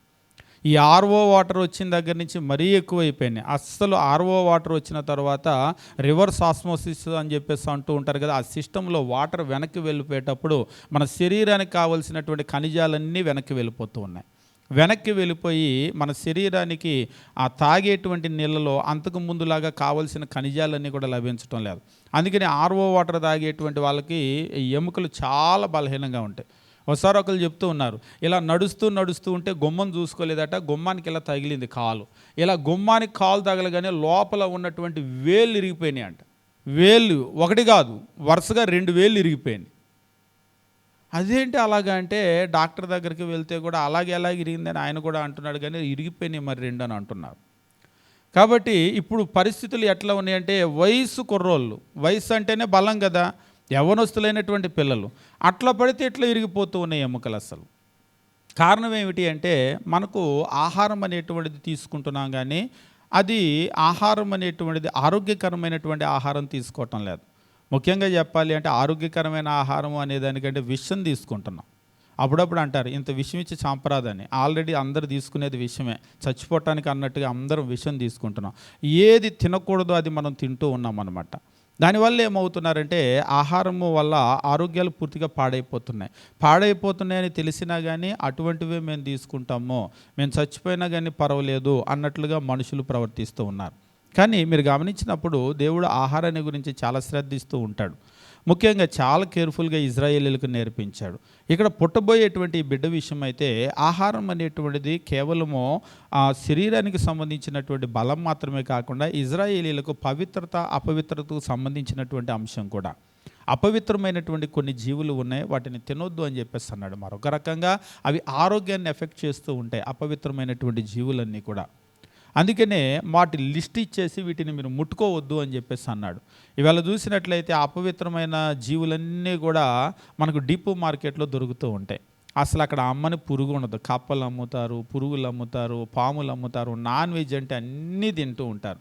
నిజంగా ఇజ్రాయేలీలు అయితే ఆ డీపు చుట్టుపక్కల కూడా ఉండేవాళ్ళు కాదు. అప్పట్లో ఆ ఇజ్రాయేల్ని కనుక చూసినట్లయితే అపవిత్రత, దేహ సంబంధమైనటువంటి అపవిత్రత. ఎందుకు ఇదంతా అంటే ఆరోగ్యానికి సంబంధించినటువంటి సూత్రాలు దేవుడు వాళ్ళకి నేర్పించాడు. ముఖ్యంగా ఇక్కడ మనం గమనించేటప్పుడు 4వ వచనం, కాబట్టి నువ్వు జాగ్రత్తగా ఉండి ద్రాక్షరసమే కానీ మద్యమే కానీ త్రాగకుండు, అపవిత్రమైన దేనిని తినకుండు, నీవు గర్భవతి కుమారుని కందువు, అతని తల మీద మంగళకత్తి వేయకూడదు. ఇది ఇంకో అసాధారణమైన విషయం. అసలు మంగళకత్తే వేయకూడదు.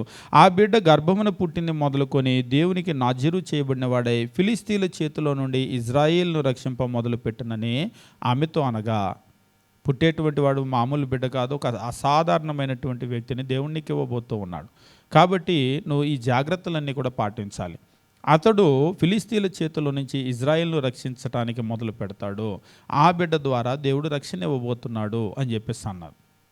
అన్నప్పుడు 5వ వచనము 6వ వచనం, ఆ స్త్రీ తన పెనిమిటి యొద్దకు వచ్చి, దైవజనుడు ఒకడు నా యొద్దకు వచ్చెను, అతని రూపము బాగా గమనించండి. దైవజనుడు ఒకడు నా యొద్దకు వచ్చెను, అతని రూపము దేవదూత రూపమును పోలినదై మిక్కిలి భీకరముగా ఉండును, మిక్కిలి భీకరముగా ఉండెను. అతడు ఎక్కడ నుండి వచ్చినో నేను అడగలేదు, అతడు తన పేరు నాతో చెప్పలేదు. అతడు ఎక్కడి నుంచి వచ్చాడో నేను ఎరగను, నాకు తెలియదు ఆయన ఎక్కడి నుంచి వచ్చాడో. అంతేకాదు ఆయన పేరేంటో కూడా నాతో చెప్పలేదు. కానీ వచ్చినటువంటి దైవజనుడు ఆయన రూపము దేవదూత రూపాన్ని పోలి ఉన్నది. ఇక్కడ మీరు గమనించినప్పుడు అంటే ఇజ్రాయేలీల్లో దేవదూతల గురించినటువంటి ఒక స్పష్టమైనటువంటి అవగాహన ఉంది. ఇజ్రాయేలీల్లో దేవదూతలు ప్రత్యక్షమవటం అనేటువంటిది ఒక సాధారణమైనటువంటి సంఘటనగా మీరు చూస్తూ ఉంటారు. ఒక అసాధారణమైనటువంటి సంఘటన ఏమీ కాదు.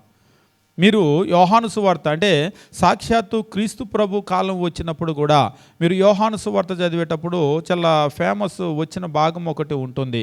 యోహాను సువార్త మీరు గమనించినట్లయితే ఇక్కడ 5వ అధ్యాయంలో బెతెస్దా అనేటువంటి ఒక కోనేటిని గురించి మాట్లాడుతూ ఉంటాడు.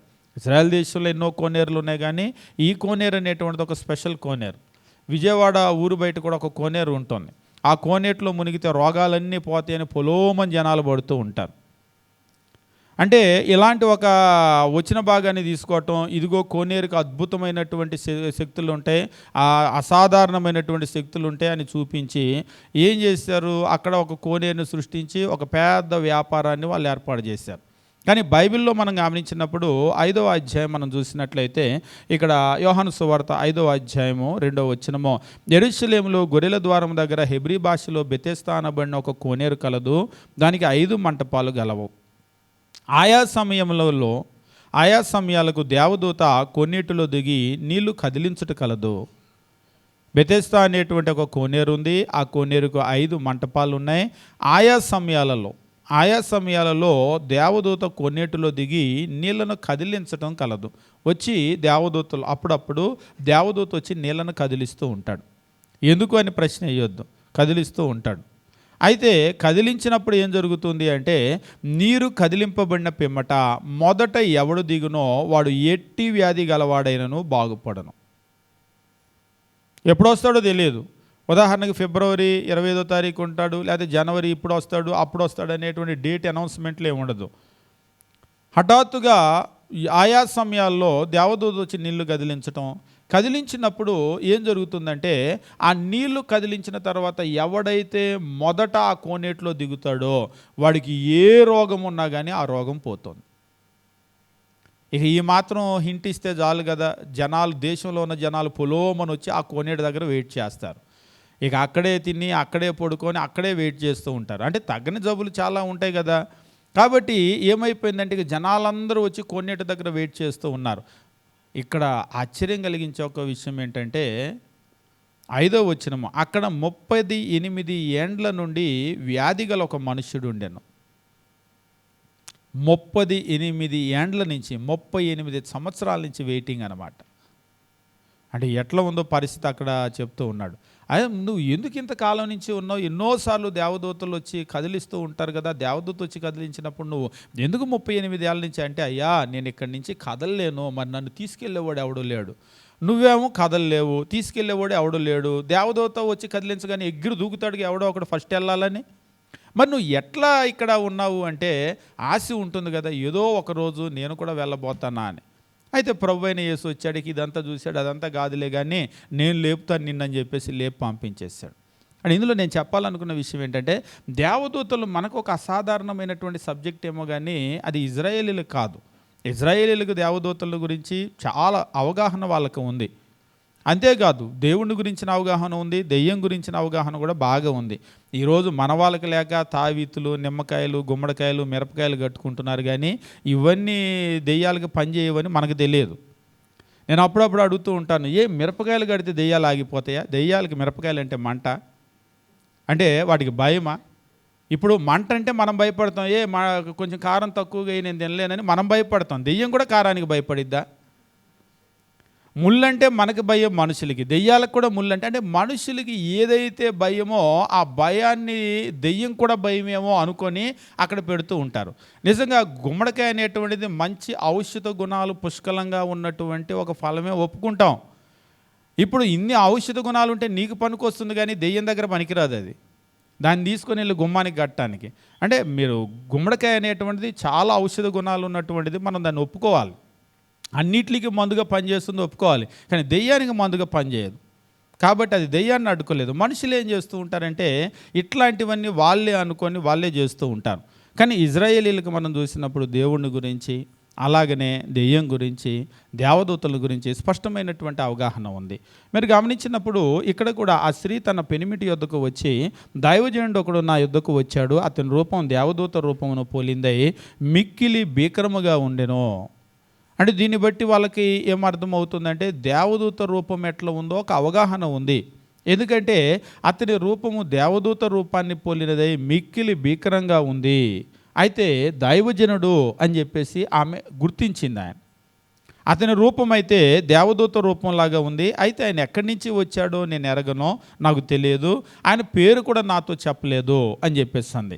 ఇందుకే అసలు విషయం ఏమిటంటే 7వ వచనము, కానీ ఆలకించు, నీవు గర్భవతి కుమార్ని కందు, కాబట్టి నువ్వు ద్రాక్షరసం కానీ మద్యం కానీ త్రాగకుండు, అపవిత్రమైన దీన్ని తినకుండు, ఆ బిడ్డ గర్భమును పుట్టింది మొదలుకొని చనిపోయే వరకు దేవునికి నాజీరు చేయబడిన వాడై ఉండునని నాతో చెప్పాడు ఆ దేవదూత అని చెప్పేసి అంటుంది. ఎప్పుడైతే ఈ మాట భర్త విన్నాడో, భర్త విన్నప్పుడు 8వ వచనం, అందుకు మనోహ, నా ప్రభువా, నీవు పంపిన దైవజనుడు మరలా మా యొద్దకు వచ్చి పుట్టబో ఆ బిడ్డకు మేము ఏమేమి చేయవలనో దాన్ని మాకు నేర్పునట్లు దయచేయమని యెహోవాను వేడుకొనగా. ఇది చాలా ఫేమస్ వచ్చిన భాగం.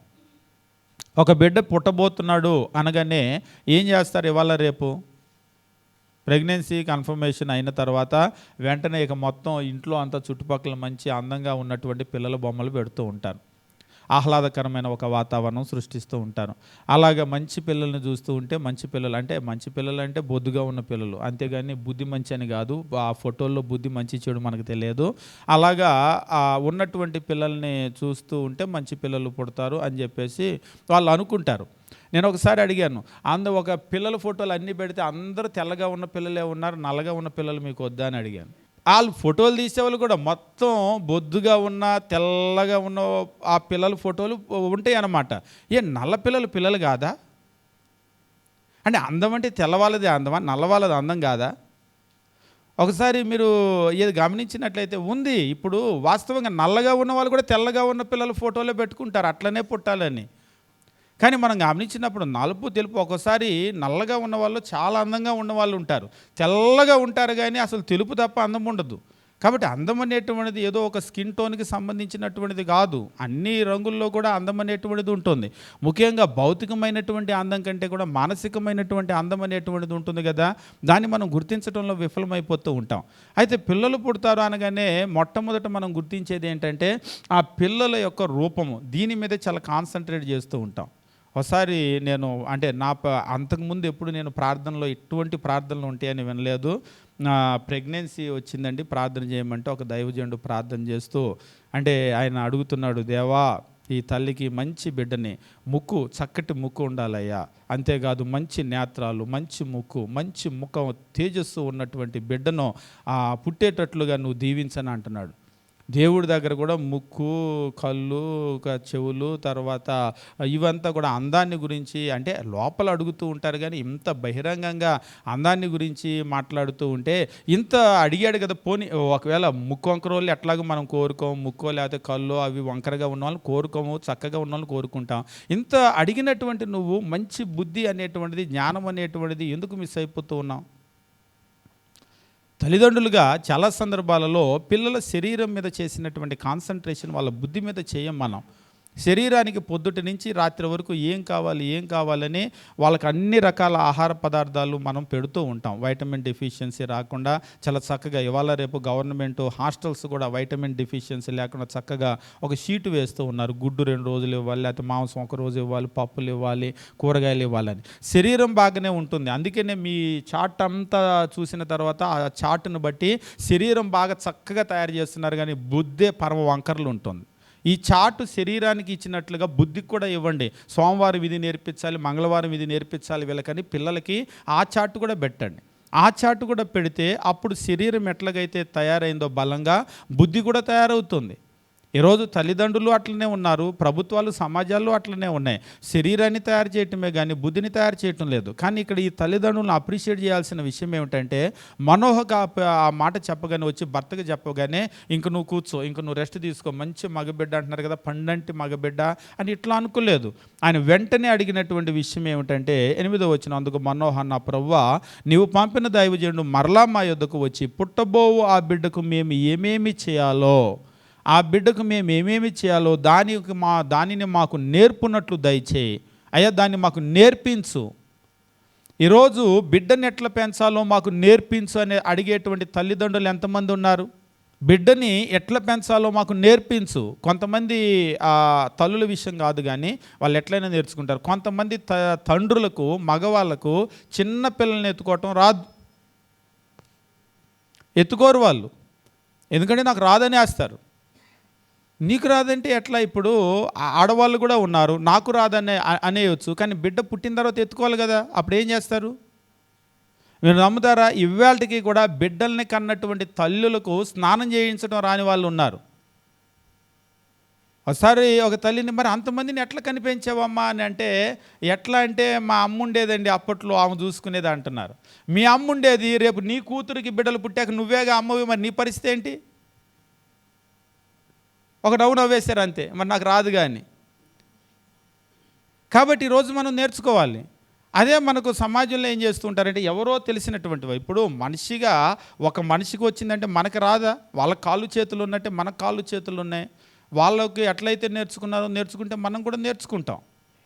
మాకు బిడ్డ పుట్టినప్పుడు కూడా ఫస్ట్ ఎట్లా చిన్నపిల్లల్ని ఎత్తుకోవాలనేటువంటిది నేను కూడా ఇది చాలా వెబ్సైట్లు ఉన్నాయి, అందులో వాటిలో చూసి నేను నేర్చుకున్నాను. చిన్నపిల్లల్ని ఎత్తుకునేటప్పుడు ఎట్లా ఎత్తుకోవాలనేది. మీరు కొన్ని జంతువులు ఉంటాయి, కొన్ని జీవులు ఉంటాయి, అన్నిటిని ఒకలా పట్టుకోకూడదు. మీకు కుందేలు ఉందనుకోండి, కుందేలుని మీరు ఇట్లా కనుక పట్టుకున్నారంటే అది చచ్చిపోతుంది. దాన్ని చెవులే పట్టుకొని లేపాలి. అది తెలియక, కుందేలు గురించి తెలియని వాళ్ళు ఇట్లా పట్టుకోపోతారు, అట్లా పట్టుకుంటే చచ్చిపోతుంది అది. అదేంటి చెవులు పట్టుకుంటే సాగిపోవు అన్నారు ఒకసారి ఒకళ్ళు. సాగిపోవు, తెగిపోవు, అవి చాలా బలమైన చెవులు. ఎంత పెద్ద కుందేలైనా దాన్ని చెవులు పట్టుకునే లేపాలి. దేవుడు దాన్ని అట్లా డిజైన్ చేశాడు. బిడ్డల్ని కూడా ఎత్తుకునేటప్పుడు, చిన్న బిడ్డల్ని ఎత్తుకునేటప్పుడు ఫస్ట్ 2 కాళ్ళు పట్టుకొని ఇట్లా కొంచెం పైకని, ఒక చేయి ఇట్లా కిందకని, ముందు స్పైన్ కింద సపోర్ట్ ఇచ్చి తలకి స్పైన్కి అట్లా లేపాల్సి ఉంటుంది. కొంతమంది ఇలా పెట్టేస్తుంటారు. కొంచెం పెద్దవాళ్ళైన తర్వాత ఇట్లా లేపొచ్చు, కానీ ఆ తల స్పైన్ ఈ రెండింటి మధ్యలో అంత బలంగా ఉండవదు అది. కాబట్టి మనం అది నేర్చుకున్నాం అనుకోండి, పెద్ద విషయమేం కాదు. ఒకసారి 2 సార్లు నేర్చుకుంటే అవన్నీ వచ్చేసేటువంటి విషయాలే. కాకపోతే నేను నేర్చుకోవాలి అనేటువంటి ఆసక్తి ఉండాలి కదా. ఫస్ట్ బిడ్డల్ని నేను బాగా పెంచాలనే ఆసక్తి ఉందనుకోండి, అవన్నీ మనం నేర్చుకుంటాం. ఇక్కడ మనోహ చేసినటువంటి ఒక ప్రార్థన ఏంటంటే చాలా గొప్ప ప్రార్థన. ఈరోజు ప్రతి తల్లిదండ్రులు కూడా చేయవలసినటువంటి ప్రార్థన. ఆయన ఏమని చేశాడంటే, నా ప్రభువా, నీవు పంపిన దైవజనుడు మరలా మా యొద్దకు వచ్చి పుట్టబోవు ఆ బిడ్డకు మేము ఏమేమి చేయాలో దానికి మాకు నేర్పునట్లు దయచేయమని యెహోవాను వేడుకొనగా, ఆ దైవజనుడిని మళ్ళా పంపించు, మేము ఏమేం చేయాలో మాకు నేర్పించు. అంటే నేర్చుకోవటానికి నువ్వు రెడీగా ఉన్నావా అంటే, ఎస్ నేను రెడీగా ఉన్నాను, మాకు నేర్పించు. ఆ బిడ్డని ఎట్లా పెంచమంటే మేము అట్లా పెంచుతాం. నిజంగా ఆ తల్లిదండ్రులు పుట్టినప్పటి నుంచి కూడా మంగళ కత్తి వేయకుండా ఆ బిడ్డను పెంచారు. సంసోను పెద్దవాడైన తర్వాత ఒక పొరపాటు జరిగి తల మీద మంగళ కత్తి వేసి అతని బలాన్ని పోగొట్టుకున్నాడు, కానీ పుట్టినప్పటి నుంచి ఆ బిడ్డని ఎట్లయితే చెప్పారో అట్లనే పెంచారు. నిజంగా ఎక్కడైనా పొరపాటు జరిగి ఆ డిఫైల్మెంట్, ఆ అపవిత్రత కనుక వస్తే అప్పుడే ఆ బలం పోయి ఉండేది. కానీ తల్లిదండ్రుల దగ్గర ఆ పొరపాటు జరగలేదు, 1% కూడా జరగలేదు. అప్పుడప్పుడు తల్లిదండ్రులు మనం ఏం చేస్తామంటే, పిల్లల్ని తెలుసో తెలియకుండానో మర్చిపోయి ఏదో చేసేస్తూ ఉంటాం. కానీ ఈ తల్లిదండ్రులు ఎంత కేర్ఫుల్గా పెంచారంటే, మర్చిపోయి కూడా ఇక్కడ దేవుడు చెప్పినటువంటి ఒక దాన్ని మీరలేదు. ఇక్కడ చెప్పేటువంటి విషయం ఏమిటంటే, మీరు కనుక గమనించినట్లయితే పై వచనం ఒకసారి మీరు గమనించండి. అక్కడ 7వ వచనంలో, ఆలకించు, నీవు గర్భవతి కుమార్ని కందు, కాబట్టి నువ్వు ద్రాక్షరసమే కానీ మద్యమే కానీ తాగకూడదు, నువ్వు తీసుకోకూడదు ఇటువంటి ఆహారాలు. ఆ తర్వాత బిడ్డ భూమి మీదకి వచ్చిన తర్వాత బిడ్డకి ఏమి ఇవ్వాలి ఇవ్వకూడదు కూడా చెప్పాడు. కానీ ప్రస్తుతానికి నువ్వు తల్లివి కాబట్టి, నీ గర్భంలో ఉంటాడు కాబట్టి నువ్వు తీసుకోకూడదు అంటే, అయ్యో నేను అది తినకుండా ఉండలేనని అనలేదు ఆమె. ఎట్లా పెంచమంటే అట్లనే పెంచాను. 8వ వచనంలో మాకు నేర్పించని చెప్పేసి అన్నప్పుడు 9వ వచనం చెప్తూ ఉంటాడు, దేవుడు మనోహ ప్రార్థన ఆలకించను. అయా మరలా పంపించా దైవజనుడిని, ఆ పుట్టబోయే బిడ్డకు మేము ఏమేం చేయాలో మాకు నేర్పించు అని చెప్పేసి అన్నారు కదా. ఆలకించాడు. ఆలకించి ఆ స్త్రీ పొలంలో కూర్చుండగా దేవుని దూత ఆమెను దర్శించను. మరల ఈసారి కూడా ఒకతే ఉన్నట్లుగా కనబడినట్లుగా మనం చూస్తూ ఉంటాం. ఆ సమయమున ఆమె పెనిమిటి అయిన మనోహ ఆమె యొద్ద ఉండలేదు. ఈయన చూద్దామని ఈయన కోరుకున్నాడు, ప్రార్థన చేశాడు. కానీ ఆ దైవజనుడు మరలా ఇద్దరు వేరువేరుగా ఉన్నప్పుడు మరలా ఆ భార్య కనబడినప్పుడు గనుక ఆ స్త్రీ త్వరగా పరిగెత్తి, ఆనాడు నా యొద్దకు వచ్చిన పురుషుడు నాకు కనబడినని అతనితో చెప్పెను. ఆనాడు నా యొద్దకు వచ్చిన పురుషుడు. కాబట్టి ఈ ఒక మాటను బట్టి, పురుషుడు అనే మాటను బట్టి కనబడినటువంటి దేవదూత ఖచ్చితంగా మనిషి ఆకారంలో కనబడ్డాడు. అప్పుడప్పుడు నేను చెప్తూ ఉంటాను, దేవదూతలు సాధారణంగా కనబడినప్పుడు ఎక్కడా కూడా మీరు బైబిల్ ఈ చివరి నుంచి ఆ చివరి వరకు చదివితే దేవదూతలు ఆడపిల్లలుగా ప్రత్యక్షమైన సందర్భం లేదు. ఇవాళ దేవదూతలు అంటేనే ఆడపిల్లలు పెడతారు. అది ఎట్లా వచ్చిందో తెలియదు. అసలు చక్కటి తెల్లటి గౌనేసి ఆడపిల్లని పెడతారు. ఒకసారి ఈ మాట చెబితే ఏంటి మగపిల్లని పెట్టమంటారా మీసాలు వచ్చిన వాళ్ళని అన్నాడు. అట్లని కాదు, కానీ దేవదూతలు అంటే ఆడపిల్లలు ఎక్కడా లేరండి బైబిల్లో.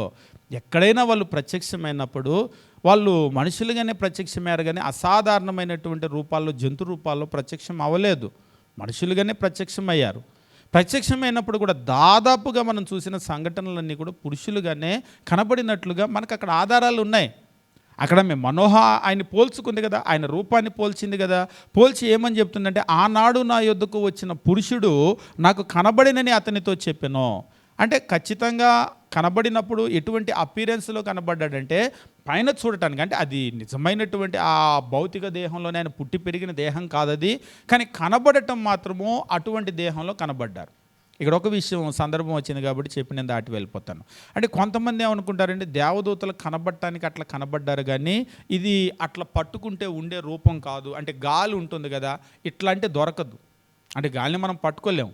ఆ రూపం కూడా అట్లా కనబడుతుంది, కానీ దేవదూతలు అట్లా కనబడ్డారు, కానీ ఇట్లంటే పట్టుకోవటానికి ఏమీ ఉండదని అనుకుంటారు. కానీ అది నిజం కాదు.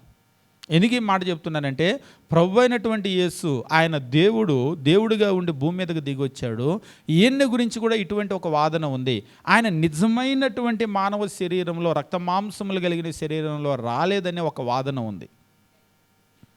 ముఖ్యంగా మీరు యోహాను రాసినటువంటి మొదటి పత్రిక అంతా కూడా దానికి రెఫ్యుటేషనే. కొలస్సీలకు రాసినటువంటి పత్రిక కూడా జ్ఞానవాదులు ఉన్నారు కదా, ఈ జ్ఞానవాదుల యొక్క సమస్య అంతా అదే. పరిశుద్ధుడైనటువంటి దేవుడు పాప శరీరాకారంలోకి ఎట్లా వస్తాడు? రాడు. It is impossible. కాబట్టి మరి ఆయన వచ్చాడు అంటే వచ్చినట్లుగా కనబడ్డాడంతే, అది మన కన్నులకు కనబడిందంతే, నిజం శరీరం కాదు అని అన్నారు. అందుకనే దానికి రిఫిటేషన్గా యోహాను రాసినటువంటి మొదటి పత్రిక ఒక మాటను మనం చదువుకొని వెళ్ళిపోదాం, సందర్భం వచ్చింది కాబట్టి. యోహాను రాసినటువంటి మొదటి పత్రిక మీరు గమనించినట్లయితే ఇక్కడ యోహాను అసలు పత్రికను ప్రారంభించటమే వారికి సమాధానం ఏమని ఇస్తూ ఉన్నాడంటే, యోహాను రాసినటువంటి మొదటి పత్రిక 1వ అధ్యాయం మనం గమనించినప్పుడు ఈ పత్రికని ఈ రీతిగా ప్రారంభిస్తూ ఉన్నాడు. గమనించండి. 1వ వచనము, జీవవాక్యాన్ని గూర్చినది ఆది నుంచి ఏది ఉండెనో. జీవవాక్యం అంటే క్రీస్తు ప్రభుని గురించి మాట్లాడుతున్నాడు. ఆది నుంచి ఏది ఉండెనో, మేమేది వింటమో, కన్నులారా ఏది చూచితమో, ఏది నిదానించి కనుగొంటమో. బాగా గమనించండి, మా చేతులు దేనిని తాకి చూచెనో అది మీకు తెలియజేయుచున్నాము. మా చేతులు దేనిని తాకి చూచినాయో, వి టచ్డ్, మేము తాకాము, స్పృశించాము. అంతేగాని ఏదో కంట్లకి అట్లా కనబడింది అక్కడ ఏమీ లేదు కాదు. మా చేతులు తాకి చూసినాయి. తోమాను కూడా అంటూ ఉంటాడు కదా, ఇదిగో నా ప్రక్కలో నీ చేయి పెట్టి, ఇదిగో ఆయన గాయాలని చూపించి నువ్వు తాకి చూడని చెప్పేసి అన్నాడు. అప్పటికే ఆశ్చర్యమే వాళ్ళకి. అంటే ఉదాహరణకి ఇప్పుడు యోహాన్ చెప్పిన దాన్ని బట్టి ఓకే, బతికున్నప్పుడు అంటే ఆయనకి శరీరం ఉంది, మరి తిరిగి లేచిన తర్వాత అయినా అట్లా కనబడ్డాడేమో, ఎందుకంటే పునరుత్థాన శరీరం కదా, గ్లోరియస్ బాడీ కదా, ఊరికి అట్లా కనబడుతుందేమో. ఎందుకంటే ఆయన తలుపులు వేస్తుంటే లోపలికి అట్లా వచ్చేసాడు, లోపల ప్రత్యక్షమయ్యాడు. అంటే తలుపులు అడ్డుకోలేనటువంటి శరీరం ఇది. కానీ అది రుజువు చేయడానికే క్రీస్తు ప్రభు, పిల్లలారా ఏముంది మీ దగ్గర చేప ఉందా అని చెప్పేసి అన్నాడు. ఆ చేపను తీసుకొని ఇట్లా నోట్లో వేయగానే ఇట్లా వచ్చి కింద పడలేదు. ఉదాహరణకి ఇక్కడ ఏమీ లేదనుకోండి, ఇట్లా నోట్లో వేయగానే ఇలా టిక్కిన వచ్చి కింద పడాలి, మళ్ళీ కింద నుంచి ఎత్తుకోవాలి అది. కానీ ఇక్కడ శరీరం ఉంది కాబట్టి ఇప్పుడు మనకు ఒక అపటైట్ ఉంది, ఒక పొట్ట ఉంది, ఇక్కడ ఒక కడుపు ఉంది.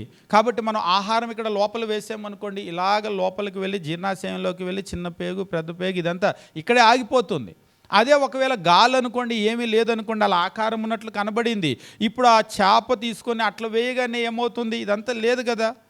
అంటే అక్కడ ఎప్పుడైతే దీన్ని చూపించారో అప్పుడు వాళ్ళు నమ్మారు, శరీరం ఉంది అనేటువంటిది. ఎందుకంటే ఆయన తిని చూపించాడు.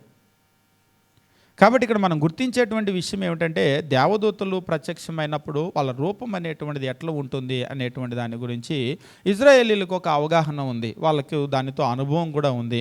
ఇక్కడ మనం గమనించినప్పుడు ఒక పురుషునిగా ప్రత్యక్షమైనట్లుగా మనం స్పష్టంగా చెప్పగలం. ఇక్కడ అదే మాట ఆమె చాలా క్లియర్గా చెప్తూ ఉంది. ఆ రోజు ఎవరైతే ఆ పురుషుని నేను చూశానో ఆయన మరలా వచ్చాడు అనేటువంటి విషయం చెప్పింది. మరలా నాకు కనబడ్డాడు అని చెప్పగానే 11వ వచనమో, అప్పుడు మనోహ లేచి తన భార్య వెంబడి వెళ్ళి ఆ మనుషుని యొద్దకు వచ్చి, ఈ స్త్రీతో మాట్లాడిన వాడవు నీవేనా? ఈ స్త్రీతో మాట్లాడినటువంటి వాడవు నీవేనా అని చెప్పేసి అన్నాడు. అని అడగగా అతడు నేనే అనెను. ఇక్కడ ఇంకొక విషయం కూడా నేను మీకు తెలియజేస్తాను. మీకు ఆ స్త్రీతో మాట్లాడిన వాడవు నీవేనా ఆంగ్లంలో, so Manoah arouse and followed his wife when he came to the man he said to him అంటే అది మ్యాస్క్యులిన్ నౌన్. ఒకవేళ హీ సెడ్ టు హర్ అని అన్నాడు అనుకోండి, ఆయన ఆమెతో మాట్లాడాడు అని, అంతే కదా. అంటే ఇక్కడ ఇవ్వటం కూడా మ్యాస్క్యులిన్ నౌన్ ఇస్తూ ఉన్నాడు. ఇచ్చినప్పుడు మనకు బైబిల్లో చాలా స్పష్టంగా తెలియజేస్తూ ఉన్నాడు. మాట్లాడినప్పుడు కూడా ఒక పురుషులతో ఒక్కోసారి కొందరితో ఆమె అనాలా ఆయన అనాలా అర్థం కాదు. ఒకసారి మేము ట్రైన్లో వెళ్తూ ఉంటే వాళ్ళు డబ్బులు అడుగుతారు కదా, వాళ్ళు వచ్చారు. ఎవరైనా అడగొద్దు, మీకు అర్థమై ఉంటుంది, వచ్చారు. అలా కొట్టి ఇలా డబ్బులు ఇవ్వన్నారు. ఇవ్వంటే ఆ పక్కన ఉన్నటువంటి అక్క అన్నాడు, ఏరా అక్కలా కనబడుతున్నానా అంది. పక్కన ఆయన ఏంటి ఏమనాలా అంటున్నాడు. ఏంటి నన్ను చూస్తే అక్క కాదు అన్న అన్నాడు. అన్న అనేసరికి కోపం వచ్చింది. వాళ్ళు ఇట్లా కొట్టి డబ్బులు అన్నారు. అన్న అని చెప్పేసి అంటే ఏ అన్నలా కనబడుతున్నానా అని చెప్పేసి అన్నాడు. పక్కన ఆయన అడుగుతున్నాడు, అన్న అంటే ఏంటి అన్న కాదా అంటే, రే ఈ లోపు ఆమె ఎట్లా కనబడుతున్నా నీకు అంటుంది. ఈలోపు ఈ పక్కన ఆయన అక్క అన్నాడు. అది అట్లా మాట్లాడు, మంచోడ్లాగా ఉన్నావు పక్కన అంటుంది. అంటే ఒక్కొక్కసారి వాళ్ళని చూసినప్పుడు ఏం మాట్లాడాలి అనేటువంటిది కొందరికి అర్థం కాదు. అంటే ఆడగా సంబోధిస్తాలా, మగ్గ సంబోధించాలా, ఆ కంగారులో కూడా ఏం సంబోధిస్తే ఏం కోపం వచ్చిందో వాళ్ళకి అన్నట్టు పాపం భయపడిపోతారు. కొందరు అసలు వాళ్ళని చూడగానే బెదిరిపోతారు. అంటే ఇక్కడ నేను చెప్పేటువంటి విషయం ఏంటంటే, ఎందుకు దీని గురించి మాట్లాడుతున్నానంటే, అంటే వాళ్ళు ఎట్లా ఉన్నారనేటువంటిది కానీ ఒక్కొక్కసారి కొన్ని సందర్భాల్లో ఆ కన్ఫ్యూజన్ అనేటువంటిది ఉంటుంది. ఇక్కడ దేవదూతలు కనబడినప్పుడు ఆ కన్ఫ్యూజన్ ఎక్కడా కూడా లేదు. మీరు గమనించినప్పుడు చాలా క్లియర్గా మనకు మ్యాస్క్యులిన్ అంటే పుంలింగము అని చెప్పేసి అంటూ ఉంటాం కదా. వాస్తవంగా దేవుని గురించి మాట్లాడినప్పుడు కూడా బైబిల్లో అన్ని చోట్ల కూడా మ్యాస్క్యులిన్ నౌనే మీరు చూసినప్పుడు జెండర్ అనేటువంటిది మ్యాస్క్యులిన్ జెండర్, అది ఆ నౌన్ గురించి మాట్లాడినప్పుడు ఎక్కడా కూడా ఆ జెండర్ అనేటువంటిది ఫెమినిన్ అనేటువంటిది లేదు. స్త్రీలింగమో నపుంసకలింగమో ఉపయోగించలేదు. ఎక్కడ ఉపయోగించినా కానీ పుంలింగమే ఉపయోగించారు. జెండర్ అనేటువంటిది మ్యాస్క్యులిన్ జెండర్. అది ఇక్కడ కూడా మాట్లాడినప్పుడు ఆయన స్పష్టంగా మాట్లాడుతున్నాడు. ఆయన దగ్గరికి వచ్చి ఆ మనిషిని వద్దకు వచ్చి, ఈ స్త్రీతో మాట్లాడిన వాడవు నీవేనా? మాట్లాడిన వాడవు అని అన్నాడు. అక్కడ ఆంగ్లంలో కనుక గమనించినట్లయితే చాలా క్లియర్గా ఉంటుంది. అక్కడ హీ సెడ్ టు హిమ్, ఆయనతో అని ఉంటుంది. నువ్వేనా అని చెప్పేసి అడగగా అతడు నేనే అనెను. 12వ వచనం, అందుకు మనోహ, కావున నీ మాట నెరవేరునప్పుడు ఆ బిడ్డ ఎట్టువాడగునో అతనికి చేయవలసిన కార్యం ఏమిటో తెలుపు అని మనవి చేశాడయ్యా. మరి ఆ బిడ్డ ఎదుగుతాడు, నీ మాట నెరవేరుతుంది అంటే ఒకవేళ ఆ బిడ్డ పెరిగి పెద్దవాడే ఫిలిస్తీన్ల చేతిలోంచి విడిపిస్తాడు. కాబట్టి అతడు చేయవలసినటువంటి కార్యం ఏంటో మాకు తెలియజేయి అని చెప్పేసి అన్నాడు. యెహోవా దూత, నేను ఆ స్త్రీతో చెప్పినదంతయు ఆమె చేసుకోవాలి. ఆమె ద్రాక్షవల్లి నుండి పుట్టినది ఏది తినకూడదు, ఆమె ద్రాక్షరసమునైనా మద్యమైన త్రాగకూడదు, అపవిత్రమైనది దేన్నైనా తినకూడదు. నేను ఆమెకు ఆజ్ఞాపించినదంతా ఆమె చేసుకోవాలని మనోహతో చెప్పాను. 15వ వచనం ముఖ్యమైన వచనం బాగా గమనించండి. అప్పుడు మనోహ, మేము ఒక మేకపిల్లను సిద్ధపరిచి నీ సన్నిధిని ఉంచు వరకు నీవు ఆగుమని మనవి చేసుకొనుచున్నామని యెహోవా దూతతో చెప్పగా. వచ్చింది యెహోవా దూత అని ప్రారంభం నుంచి చెప్తున్నాడు. ఇప్పుడు మనోహ ఏమడిగాడంటే, అప్పుడు మనోహ ఆ విషయాలన్నీ నేర్పించిన తర్వాత, మేము ఒక మేకపిల్లను సిద్ధపరిచి నీ సన్నిధిని ఉంచే వరకు నీవు ఆగు అని మనవి చేసుకొనుచున్నాను. అయ్యా, దయచేసి ఒక మేకపిల్లని నీకు అర్పిస్తామో అప్పుడు దాకా నువ్వు ఆగు అన్నారు. ఎట్లా అర్పిస్తారు? ఒక మేకపిల్లను సిద్ధపరిచే వరకు నువ్వు ఆగని అంటున్నారు. ఎట్లా ఇవ్వబోతున్నారు అంటే, మటన్ బిర్యానీ ఏమైనా పెట్టబోతారా? లేకపోతే మటన్ ఆ రోజుల్లో బిర్యానీలు లేవు, ఒకవేళ మటన్ ఏమన్నా రెడీ చేసి పెట్టబోతున్నారా? ఎట్లా పెట్టబోతున్నారు? మేకపిల్ల అని అన్నారు. మేక అంటే మటన్ అని మనకైతే అర్థమవుతుంది. ఎట్లా మటన్ అది ఎట్లా ఇవ్వబోతున్నారు? ఒక మేకపిల్లను సిద్ధపరిచి నీ సన్నిధిని ఉంచే వరకు ఆగు. ఖచ్చితంగా ఒక సాధారణమైన మనిషి అని అయితే వాళ్ళు అనుకోలేదు. అతని రూపము దేవదూత రూపం పోలి మిక్కిలి విక్రముగా ఉంది అని ఆమె చెప్పేసింది. వాళ్ళు మనిషి అని గనక అనుకున్నట్లయితే మనం తినే ఆహార పదార్థాలలాగా వండి పెట్టి ఉండొచ్చు. కానీ కింది వచనాలు మనం గమనించేటప్పుడు మనకు అర్థమయ్యే విషయం ఏంటంటే, 16వ వచనం, యెహోవా దూత, నీవు నన్ను పిలిచినను నీ భోజనం నేను తినను, నీవు దహన బలి అర్పించను ఉద్దేశించిన యెడల యెహోవాకు దాన్ని అర్పించాలని మనోహతో చెప్పాను. ఒకవేళ నువ్వు భోజనం రెడీ చేస్తావేమో, నేనేం భోజనం చేయను. ఒకవేళ నువ్వు దహన బలి అర్పించాలి అని గనక అనుకుంటే దాన్ని యెహోవాకు దాన్ని అర్పించాలి అని మనోహతో చెప్పాను. అతడు యెహోవా దూత అని మనోహకు తెలియలేదు. ఆయన యెహోవా దూత అని మనోహకు తెలియలేదు. ఈ విషయం మనసులో అట్లా ఉంచుకోండి. కిందకి రండి. మనోహ, నీ మాటలు నెరవేరిన తర్వాత మేము నిన్ను సన్మానించున్నట్లు నీ పేరేమని యెహోవా దూతను అడుగ్గా, యెహోవా దూత, నీవేళ నా పేరు అడుగుచున్నావు, అది చెప్పసక్యము కాదు అనెను. అయ్యా, మరి ఈ మాటలన్నీ కూడా నెరవేరిన తర్వాత మేము నేను సన్మానించాలంటే మరి నీ పేరేంటో తెలియాలి కదా, మరి నీ పేరేంటి అని అడిగాడు. నీ పేరు ఏంటి అంటే, పేరు ఎందుకు అడుగుతున్నావు, అది చెప్పడానికి సఖ్యం కాదు, కుదరదు నా పేరు చెప్పటం అని అన్నాడు. అయితే పేరు చెప్పకపోయినా కానీ కింది వచనాలు మనం చదివేటప్పుడు అది ఎవరనేటువంటి ఒక అవగాహన మనకు వస్తుంది. నాకు భోజనం ఏమి రెడీ చేయొద్దు, నేను తిన్నానేసాడు. ఒకవేళ నువ్వు దహన బలి గనక అర్పించాలి అని అనుకుంటే యెహోవాకు దాన్ని అర్పించు అని చెప్పేసి అన్నాడు. యెహోవాకు చాలా క్లియర్గా చెప్పాడు. నువ్వు దహన బలి అర్పించాలనుకుంటే యెహోవాకు అర్పించు, భోజనం కనుక రెడీ చేస్తావేమో నేనేం భోజనం తిన్ను. సరే అయ్యా, మరి ఒకవేళ ఇదంతా కూడా జరిగిన తర్వాత నేను సన్మానించాలంటే నీ పేరేమిటో చెప్పు అని చెప్పేసి అంటే, నా పేరు ఎందుకు అడుగుతున్నావు, అది చెప్పడానికి సఖ్యం కాదు, వీలు పడదు అని అన్నాడు. 19వ వచనం, అంతటా మనోహ నైవేద్యముగా ఒక మేకపిల్లను తీసుకొని ఒక రాతి మీద యెహోవాకు అర్పించెను. భోజనం రెడీ చేయొద్దు, నేను దాన్ని ఏం తీసుకోను, ఒకవేళ దహన బలి అర్పించాలంటే యెహోవాకు అర్పించు అని అన్నాడు. యెహోవాకు అర్పించు అంటే ఒక మేకపిల్లను తీసుకొని ఒక రాతి మీద యెహోవాకు అర్పించెను. మనోహయు అతని భార్యయు చూచుచుండగా ఆ దూత ఒక ఆశ్చర్యకార్యము చేశాను. ఏమిటి ఆశ్చర్యకార్యం అంటే 20వ వచనం, ఎట్లనగా జ్వాలలు బలిపీఠం మీద నుండి ఆకాశమునకు లేచుచుండగా. ఆయన ఏం చేశాడంటే, ఒక మేకపిల్లను తీసుకొని రాతి మీద యెహోవాకు అర్పించాడు. అయితే అర్పించినప్పుడు కింది వచనాల్లో మనకు అర్థమవుతుంది, దహన బలిగా దాన్ని అర్పించాడు. ఆ దహన బలిగా అర్పించినప్పుడు ఎట్లనగా జ్వాలలు బలిపీఠం మీద నుంచి ఆకాశానికి లేచుచుండగా యెహోవా దూత బలిపీఠం మీదనున్న ఆ జ్వాలలలో పరలోకమునకు ఆరోహణమయ్యను. అప్పుడు దాకా ఎవరు ఏంటి అనేటువంటిది ఒకవేళ ఏదైనా ఉన్నా, ఎప్పుడైతే ఆ మేకపిల్లను అక్కడ ఒక రాతి మీద ఆయన అర్పించాడో అది దహన బలిగా అర్పించాడు. దహన బలి అంటే దాన్ని దహించేస్తూ ఉంటాడు. ఆ బలిపీఠం మీద దహించేటప్పుడు ఆ అగ్ని జ్వాలలలో నుండి ఆయన అలాగా పైకి లేచాడు, ఆకాశానికి లేచుచుండగా యెహోవా దూత బలిపీఠం మీద ఉన్న ఆ జ్వాలల్లో పరలోకానికి ఆరోహణం అయిపోయాడు. అలాగే ఎగిరిపోయాడు అనమాట. అలాగే ఎగిరిపోయిన తర్వాత కూడా చూసి ఇంకేమనుకుంటారు ఆయన్ని, ఇప్పటికి కూడా ఒక సాధారణమైన మనిషి అనుకుంటారా? ముందే అనుకోలేదు వాళ్ళు, ఒక అసాధారణమైన మనిషి అని ఖచ్చితంగా, అంటే పురుషుడిలాగా కనబడ్డాడు కానీ ఆయన ఒక మామూలు మనిషి అని అయితే వాళ్ళు అనుకోలేదు. ఎందుకంటే వాళ్ళకి అర్థమవుతూనే ఉంది దేవదూత రూపం వల్లే భీకరంగా ఉంది అనేటువంటిది.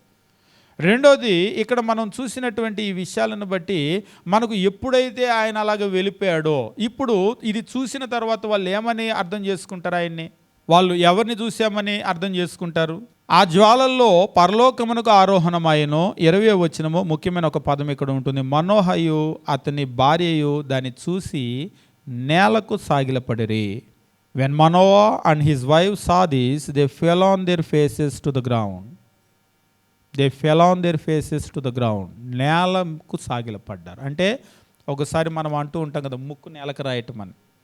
ఎప్పుడైనా తప్పు ఒప్పుకోవాలి అని అంటే ముక్కు నేలకు రాయి అని అంటారు. ముక్కుకు నేలకు రాయటం అంటే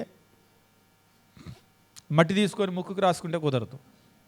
ముక్కు నేలకు రాయి అంటే ముక్కు నేలకు రాయి అంటే ఈ ముక్కు నేలకు ఎప్పుడు ఆనుతుంది? మనం పూర్తిగా వంగితే, పూర్తిగా సాగిలపడితే, అది కూడా నేలకు అంటుకుంటే. మామూలుగా మనం అంతవరకు వంగం, ఇట్లా వంగుతాం అంతే. అక్కడికే మనం ఒబీడియన్స్, విధేయత అంటాం. కానీ ఈ ముక్కు గనక నేలకు తాకింది అని అంటే ఇక పూర్తిగా సాగిలపడ్డాం. ఇక అంతకంటే ఇంకా వంగలేం. ఇంకా వంగితే మన ముక్కు నేలకి అతుక్కొని వంకరపోతుంది, వంగిపోతుంది. ఇక నేలకు అలా తాకిందంటేనే ఇక అది ఫైనల్ అనమాట. ఇక అంతకంటే వంగటం కుదరదు. ఇక్కడ మనం గమనించేటప్పుడు చాలా సందర్భాల్లో మనం చూసినప్పుడు నేల వరకు సాగిల పట్టాన్ని మనం చూస్తూ ఉంటాం. ఈరోజు కూడా మనం అంటూ ఉంటాం, ముక్కు నేలకరాయి అంటారు. తప్పు అయిందంటే ఆ ముక్కు నేలకరాయి అంటారు. నేను ముక్కు నేలక రాస్తాను అంటారు. ముక్కు నేలక రాయటం అంటే ఇలా రుద్దటం అని కాదు అర్థం. అలా పూర్తిగా నేను నా విధేయతను నేను చూపిస్తాను అని చెప్పేసి, పూర్తిగా నేను నీ ముందు వంగుతాను, సాగిల పడతాను అని దాని అర్థం. అవును, వచ్చింది ఒక సాధారణమైన వాళ్ళు దేవదూత అని అనుకున్నారు. ఒక సాధారణమైన దేవదూత అని అనుకుంటే ఖచ్చితంగా వాళ్ళు సాగిలపడరు. ఎందుకంటే ఏ దేవదూత కూడా ఆరాధనకి పాత్రుడు కాదు, ఆరాధనకు యోగ్యుడు కాదు. పోనీ ఒకవేళ వీళ్ళకు తెలియక వీళ్ళు ఆరాధించిన, మనం ప్రకటన గ్రంథం చదివేటప్పుడు యోహాను దేవదూతకు సాగిలపడతాడు. ఆరాధించాలనే ప్రయత్నం చేసినప్పుడు వద్దు సుమి అని అంటూ ఉంటాడు. ఒకవేళ పొరపాటు ఇటువైపు నుంచి జరిగిన దేవదూతలు దాన్ని అంగీకరించలేదు. నేను మీతో కూడా సహదాసుణ్ణి, ఆరాధన దేవునికే చెందాలని చెప్పేసి అక్కడ స్పష్టంగా చెప్పాడు. కానీ ఇక్కడ ఆరాధించినప్పుడు, నేలకు సాగిలపడినప్పుడు ఆరాధించినప్పుడు ఒకవేళ వాళ్ళు చేసింది తప్పు గనక అయితే, ఈయన ఒక సాధారణమైన దేవదూత అయితే వద్దు సుమి అని ఖచ్చితంగా అక్కడ చెప్పాలి. దాన్ని రిఫ్యూజ్ చేయాలి, నేను దాన్ని అంగీకరించను అని చెప్పేసి అనాలి. కానీ వచ్చినటువంటి దేవదూత దాన్ని అంగీకరించాడు. ఆ బలిని అంగీకరించాడు, స్వీకరించాడు. వాళ్ళ ఆరాధనని కూడా స్వీకరించాడు. ఆరాధనని స్వీకరించేటువంటి వ్యక్తి ఎవరై ఉంటాడు? ఎవరు మాత్రమే అయి ఉంటారు? కేవలం దేవుడు తప్ప ఇంకెవరు ఆరాధనకి పాత్రుడు కాదు. తండ్రి, కుమారుడు, పరిశుద్ధాత్మ. ఖచ్చితంగా దేవుడు తప్ప ఎవరు కూడా ఆరాధనకి పాత్రుడు కాదు. ఈరోజు కొందరు అనుకుంటూ ఉన్నారు, కేవలం తండ్రినే మేము ఆరాధిస్తాం అని చెప్పేసి. లేదు, క్రీస్తు ప్రభు ఆరాధనకి పాత్రుడు. ఎవరు అవునన్నా ఎవరు కాదన్నా బైబిల్లో ఉన్నటువంటి అనేక వచనాలు మీరు గమనించినప్పుడు క్రీస్తు ప్రభు యొక్క ఆరాధనని ఎవరూ తృణీకరించలేరు. ఆయన భూమి మీద, ఆయన పరలోకంలో ఉన్నప్పుడు మాత్రమే కాదు, ఇక పరలోకంలో ఉన్నప్పుడు తిరుగులేదు. ఆయన ఆరాధనకు పాత్రుడు అనే ప్రశ్నే రాదు. ఆయన భూమి మీదకి వచ్చిన తరువాత కూడా ఆయన దేవుడు కాబట్టి ఆయన ఆరాధనకు పాత్రుడు. ఒకసారి ఒకరు అన్నారు, క్రీస్తు ప్రభు భూమి మీదకి వచ్చేటప్పుడు ఆయన దైవత్వాన్ని అక్కడే వదిలిపెట్టేసి మానవుడిగా వచ్చాడని. మానవుడిగా వచ్చాడు వరకు కరెక్ట్ అండి, కానీ అక్కడే వదిలిపెట్టి వచ్చాడనే తప్పు అని చెప్పేసి అన్న. మా టీచరే చెప్పింది అది తప్పు. ఎందుకంటే అది చెప్పాను, మా తెలుగు సినిమాల్లో ఆ మాయల మరాఠీలు ఉంటారండి, ప్రాణం ఎక్కడో చిలక దగ్గర లేకపోతే ఏ గూట్లోనో పెట్టి వస్తారు. అలా పెట్టి రావటానికి దైవత్వం అది అలా కుదరదు.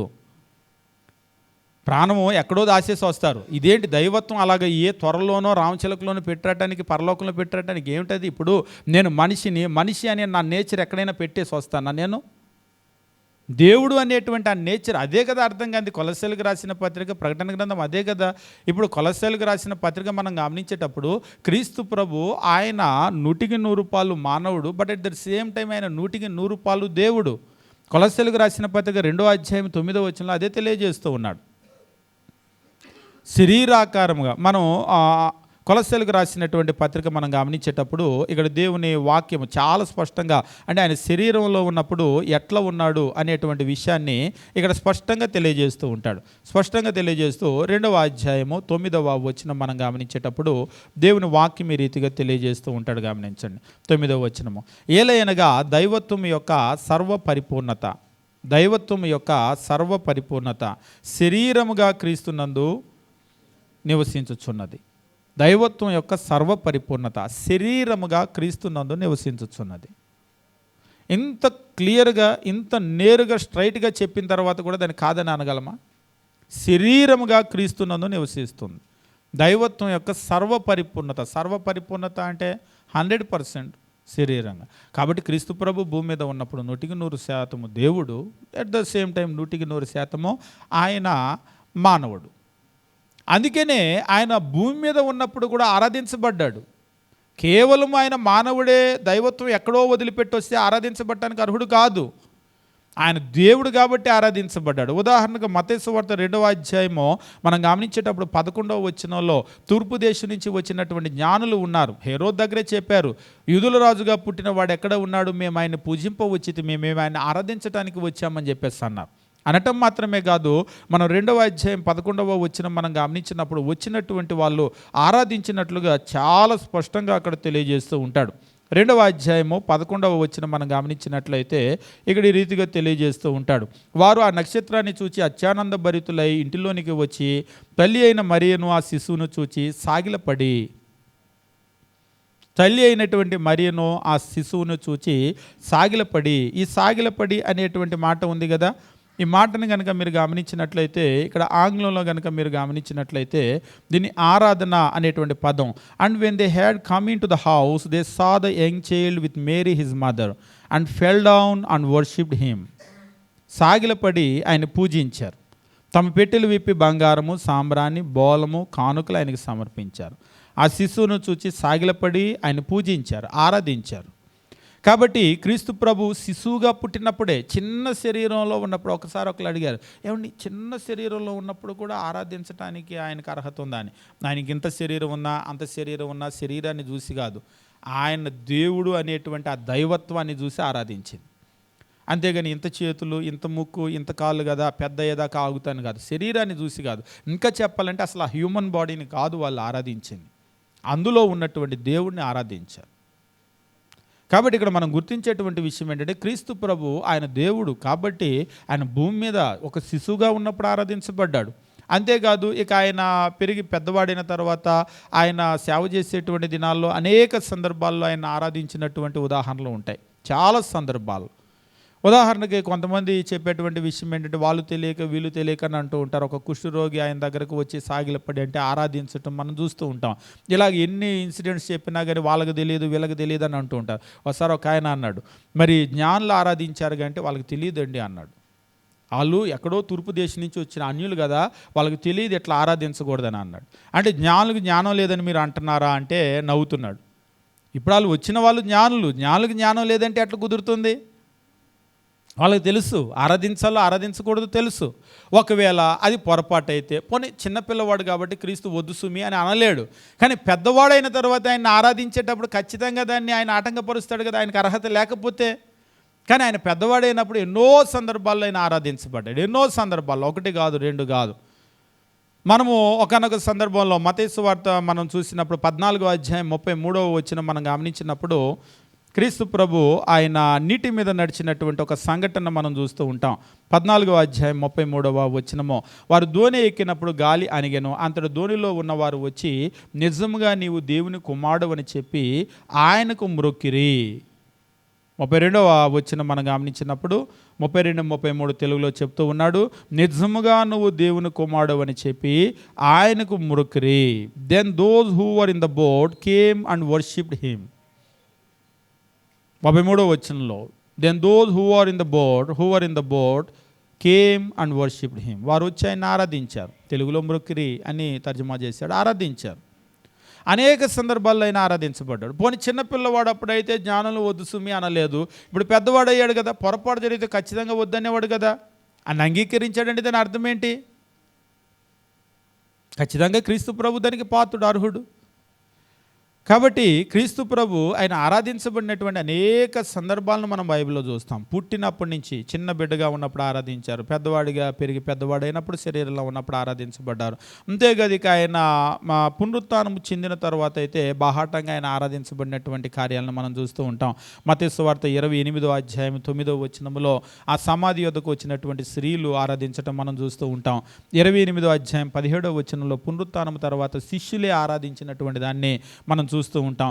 ఇక ప్రకటన గ్రంథము 5వ అధ్యాయం అయితే 11 నుంచి 14 వచనాల్లో తండ్రి ఎట్లా అయితే ఆరాధించబడ్డాడు సేమ్ అలాగనే ఏమాత్రం 1% కూడా డిఫరెన్స్ లేకుండా అదే విధంగా క్రీస్తు ప్రభు కూడా ఆరాధించబడ్డాడు. ఇంకా చెప్పాలంటే తండ్రికి ఎంత ఆరాధనో క్రీస్తు ప్రభుకి అంత ఆరాధన చెల్లించడం జరిగింది. కాబట్టి ఏ విధమైనటువంటి వ్యత్యాసం లేదు. ఈరోజు వ్యత్యాసం ఏంటంటే మన బుర్రల్లో ఉంది, మన మనస్సుల్లో ఉంది, ఇంకా చెప్పాలంటే మన చూపులో ఉంది. ఒకసారి మనం ఏం చేస్తూ ఉంటామంటే మనిషిని మనిషిగా చూడం. ఉదాహరణకు ఒక కలెక్టర్ ఉన్నాడు, కలెక్టర్ దగ్గర బయట ఒక ఫ్యూన్ ఉన్నాడు అనుకోండి, ఎట్లా చూస్తారు? ముఖ్యంగా మన ఇండియాలో బయట ఉన్న ఫ్యూన్ని మనిషిలాగా కూడా చూడరు.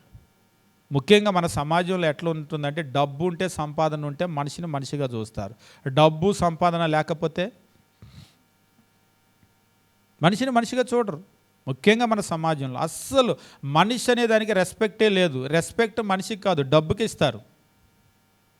ఒక మనిషి దగ్గర డబ్బు లేకపోతే రెస్పెక్ట్ ఉండదు. అదే మనిషికి డబ్బు వచ్చింది అనుకోండి రెస్పెక్ట్ వస్తుంది. అంటే రెస్పెక్ట్ మనిషికి ఇస్తున్నారా, డబ్బుకి ఇస్తున్నారా? కావాలంటే మీరు నలిగిపోయిన పిచ్చి బట్టలు వేసుకొని వెళ్ళండి, మీకు రెస్పెక్ట్ ఇవ్వరు. మంచి బట్టలు వేసుకొని వెళ్ళండి, పట్టు చీర కట్టుకొని వెళ్ళండి, రెస్పెక్ట్ ఇస్తారు. ఆ రెస్పెక్టు చీరకి ఇస్తున్నారా, మనిషికి ఇస్తున్నారా? మనకే అనుకొని పొరపాటు పడతాం. అది మనకి ఇచ్చే రెస్పెక్ట్ కాదు, మన చీరకో మన జాకెట్కో లేకపోతే మన చొక్కా ప్యాంట్కి ఇచ్చే రెస్పెక్ట్. కాబట్టి చాలా సందర్భాల్లో మన సమాజం ఎట్లా అయిపోయిందంటే మనిషికి కాదు రెస్పెక్ట్, ఈ బట్టలకే రెస్పెక్టు, లేకపోతే చేతులకు వేసుకునే బంగారపు గాజులో, మెడకో ముక్కుకో చెవుకో పెట్టుకునే బంగారమో, ఒంటి మీద ఉండే బంగారమో, లేకపోతే మన వెనకాల ఉండే కారులో బంగ్లాలో వాటికి రెస్పెక్ట్, కానీ మనిషికి కాదు రెస్పెక్ట్ ఇచ్చేది. సమాజం అనేటువంటిది అట్లా అయిపోయింది. కానీ మనం గుర్తించవలసినటువంటి విషయం ఏమిటి అంటే ప్రభు అయినటువంటి యేసు ఆయన దేవుడు కాబట్టి ఆయన దేవుడిగా ఉన్నటువంటి ఆయన్ని అట్లనే ఆరాధించారు. తండ్రి ఎట్లాగైతే ఆయన ఆరాధనకి పాత్రుడో తత్సమానంగా క్రీస్తు ప్రభు ఆరాధనకి పాత్రుడు. ఇది మన మనస్సులో ఆ భేదము, మామూలుగా ఈ లోకంలో పుట్టి అలాగా ఆ భేదం ఉండటాన్ని బట్టి ఎక్కువ తక్కువగా చూసే భేదము తండ్రి కుమారుడు దగ్గర కూడా ఎక్కువ తక్కువలు అనేటువంటివి తీసుకొని వచ్చారు. కానీ ప్రకటన గ్రంథం అనేటువంటిది ఒక పెద్ద చెంపపెట్టేటువంటి వాళ్ళకు. ప్రకటన గ్రంథం 5వ అధ్యాయం మనం గమనించేటప్పుడు 11 నుంచి 14 వచనాలు మనం గమనించినప్పుడు దేవుని వాక్యం ఈ రీతిగా తెలియజేస్తూ ఉంటాడు. 5వ అధ్యాయం మనం గమనించేటప్పుడు 11 నుంచి 14 వచనాలు. మరియు నేను చూడగా సింహాసనము, జీవులను, పెద్దలను ఆవరించి ఉన్న అనేక దూతల స్వరం వినబడెను. వారి లెక్క కోట్ల కొలదిగా ఉండెను. 12వ వచనంలో అంటున్నాడు, ప్రకటన గ్రంథం 5:12, వారు వధింపబడిన గొర్రెపిల్ల శక్తి, ఐశ్వర్యము, జ్ఞానము, బలము, ఘనత, మహిమ, స్తోత్రము పొంద నర్హుడని గొప్ప స్వరముతో చెప్పుచుండరి. వారు వధింపబడిన గొర్రెపిల్ల శక్తి, ఐశ్వర్యము, జ్ఞానము, బలము, ఘనత, మహిమ, స్తోత్రము పొంద అర్హుడు. Worthy is the Lamb who was slain to receive power and riches and wisdom and strength and honor and glory and blessing. Is worthy. ఆయన అర్హుడు అని చెప్తుంటే అర్హత లేదని చెప్పడానికి నువ్వెవరు, నేనెవరు? నిజంగా ఈరోజు పరిస్థితి ఎట్లా ఉందంటే అర్హుడు అని బైబిల్ చెప్పినప్పుడు, దేవుడు చెప్పినప్పుడు, దేవుని వాక్యం చెప్పినప్పుడు నోరు మూసుకొని ఉండాలి. మనం కాదు అనే మాట చెప్పకూడదు, వ్యతిరేకంగా మాట్లాడకూడదు. అది చాలా పెద్ద శిక్ష అసలు.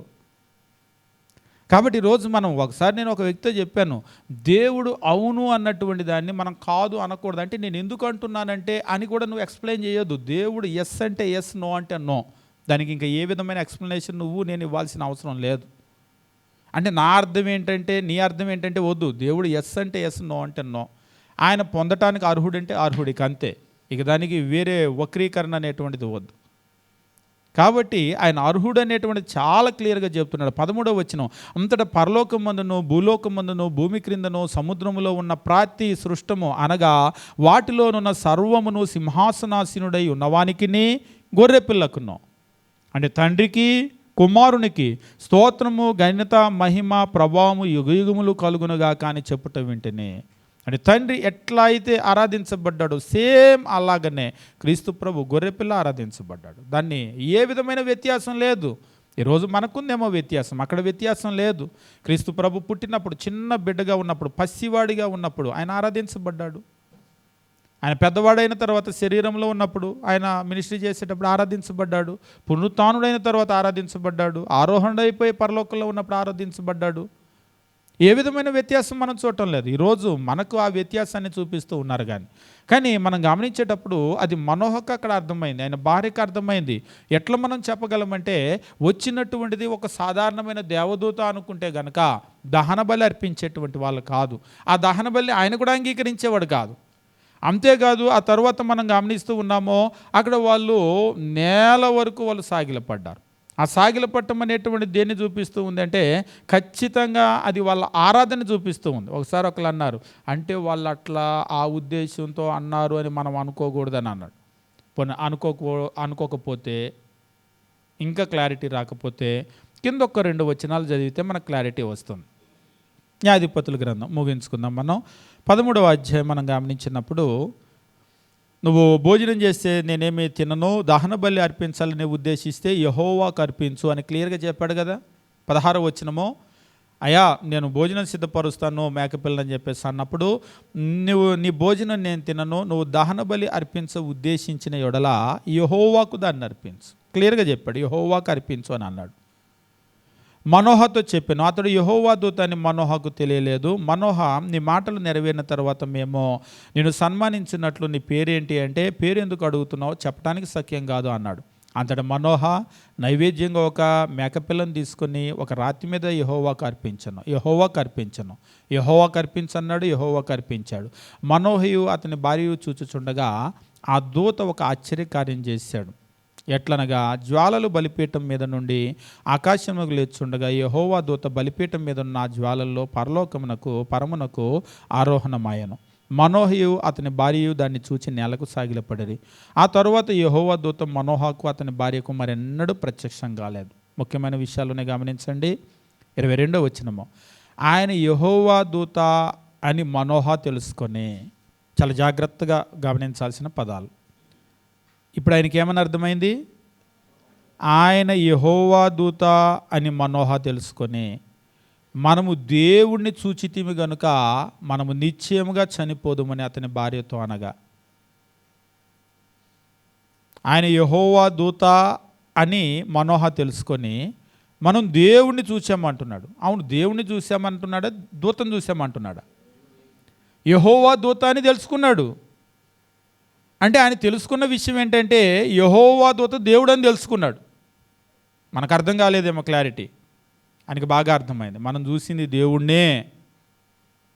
ఆయన యెహోవా దూత అని మనోహ తెలుసుకొని మనం దేవుణ్ణి చూచాం కనుక మనం చనిపోతాం అని చెప్పేసి అంటున్నాడు.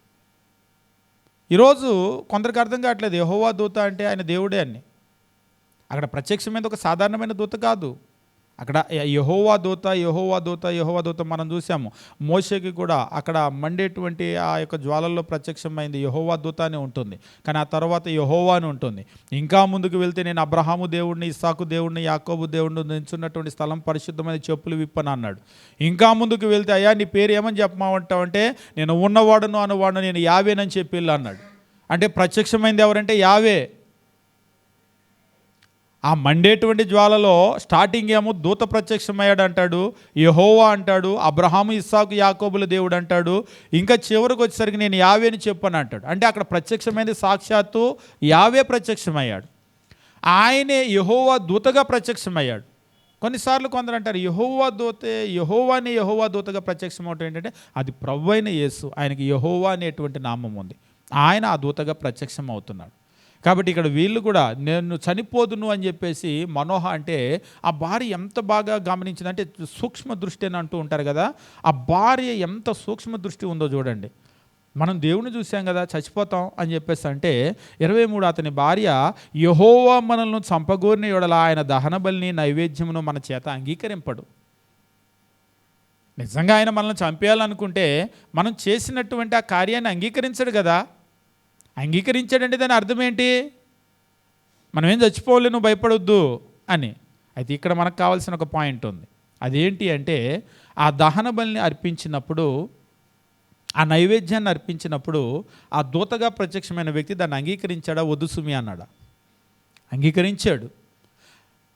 బలిని అంగీకరించాడు అంటే ఖచ్చితంగా ఎవరై ఉండాలి? ఇక అక్కడ కూడా క్లారిటీ రాకపోతే మనం ఏం చేయలేం. దేవుడు తప్ప వేరెవ్వరూ కూడా దాన్ని అంగీకరించడానికి లేదు. ఒక సాధారణమైన దేవదూత అయితే అంతకంటే అంగీకరించడానికి లేదు. కాబట్టి ఆమె చెప్తుంది, యెహోవా మనల్ని చంపగోరిన యెడల ఆయన దహన బలిని నైవేద్యమును మన చేత అంగీకరింపడు, ఈ సంగతులన్నింటినీ మనకు చూపించడు, ఈయన ఇటు సంగతులను మనకు వినిపించడు అని అతనితో చెప్పాను. కాబట్టి భర్తతో అంటుంది, ఈ సంగతులన్నీ మనకు ఎందుకు చెప్తాడు, ఈ సంగతులన్నీ మనకు ఎందుకు చూపిస్తాడు, ఇవన్నీ మనకు ఎందుకు వినిపిస్తాడు, అసలు ఆ బలిని ఆయన ఎందుకు అంగీకరిస్తాడు? బలిని అంగీకరించాడు అంటేనే ఆయన దేవుడు, ఆయన మనల్ని యాక్సెప్ట్ చేశాడు కదా, ఇంకా మనం చచ్చిపోంలే, మనల్ని చంపేటట్లయితే ఆయన ఎందుకు దాన్ని యాక్సెప్ట్ చేస్తాడు అని చెప్పేసి అంటున్నాడు. కాబట్టి వచ్చిన భాగం అంతా కూడా మనం గమనించేటప్పుడు ప్రత్యక్షమైనది ఒక దూత అని చెప్పేసి అనుకున్నప్పటికీ కూడా తర్వాత వారికి ఆ క్లారిటీ అనేటువంటిది ఖచ్చితంగా వచ్చింది. రోజు మనం కూడా దేవుడు మాత్రమే మానవ ఆరాధనని అంగీకరించడానికి అర్హుడు. ఆ ఆరాధనని అంగీకరించాడంటేనే ఆయన దేవుడు. కాబట్టి ఈ ఎపిసోడ్లో మనం చూసినప్పుడు ఇక్కడ ప్రత్యక్షమైంది ఏంటంటే దూత అని చెప్పినప్పటికీ ఒక సాధారణమైనటువంటి దూత అయితే కాదు. మరి ఖచ్చితంగా ఎవరై ఉండాలి అంటే దేవుడే అయి ఉండాలి, దాన్ని అంగీకరించడాన్ని బట్టి, వాళ్ళ ఆరాధనను అంగీకరించడాన్ని బట్టి. దేవుడై ఉండాలి అంటే ఎవరై ఉండాలి అంటే తండ్రి కాదు, పరిశుద్ధాత్మ కాదు, కేవలమో ప్రభువైనటువంటి యేసు మాత్రమే అవకాశం ఉంది. ఆల్రెడీ మీకు 5:2 చెప్పాడు, ఆయన పురాతన కాలం మొదలుకొని ప్రత్యక్షం అవుతూనే ఉన్నాడు, పదే ప్రత్యక్షం అవుతూనే ఉన్నాడు. కాబట్టి బైబిల్లో మనం గమనించేటప్పుడు జాగ్రత్తగా మనం చూసినట్లయితే ఆయన ప్రత్యక్షతలు చాలా మనకు కనబడుతూ ఉంటాయి. మనమే ఏం చేస్తూ ఉంటామంటే అట్లా ఏదో రోజుకు ఒక అధ్యాయం చదివితే పుణ్యం వచ్చింది కదా, 2 అధ్యాయాలు చదివితే పుణ్యం వచ్చింది కదా, గడగడ 2 4 3 6 4 8 అన్నట్టుగా ఎక్కాలు చదివినట్టుగా చదువుతూ ఉంటాం. నిజంగా కొంతమంది బైబిల్ అర్థం చేసుకోవటానికి చదవరు. వాళ్ళు ఏంటంటే రోజుకు ఒక అధ్యాయం చదివితే దీవెన వచ్చిద్దని, దీవెన కాదు, నిద్ర వచ్చింది. బైబిల్ చదివితే ఎక్కువ మందికి నిద్ర వచ్చింది.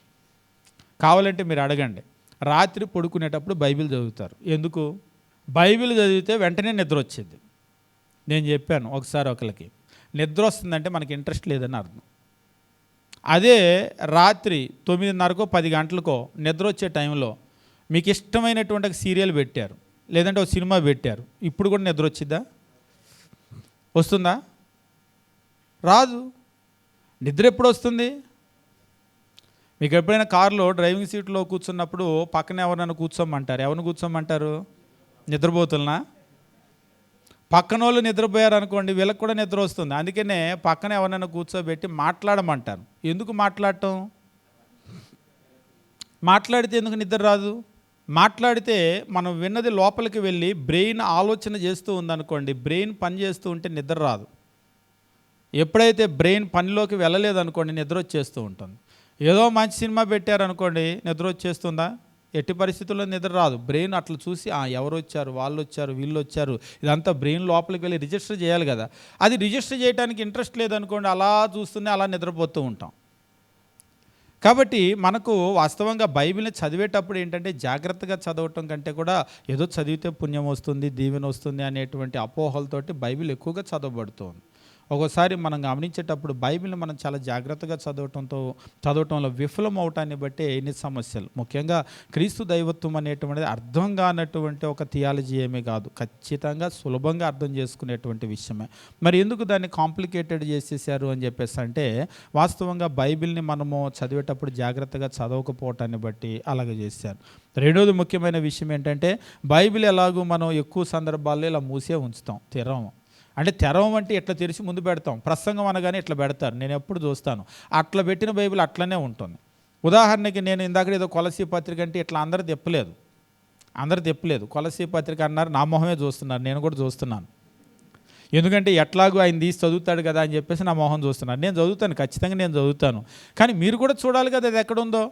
అంటే చూడటం ఎందుకు అవసరం అంటే, మొన్న నేను ఎక్కడికో వెళ్ళి నేను చెప్పేటప్పుడు వాళ్ళు తీయటంలో అట్లా ఇబ్బంది పడుతుంటే నేను చెప్పేస్తూ ఉన్నాను, అది ఎడం చేతి వైపు ఉంటుంది, కుడి చేతి అంటే ఇట్లా తీసి వెతుకుతున్నారు. ఎడం చేతి వైపు పైన ఉంటుంది చూడండి, కుడి చేతి వైపు కింద ఉంటుంది చూడండి, మధ్యలో ఉంటుంది చూడండి కుడి చేతి వైపు, అంటే అది వాళ్ళు చూస్తూ ఉన్నారు.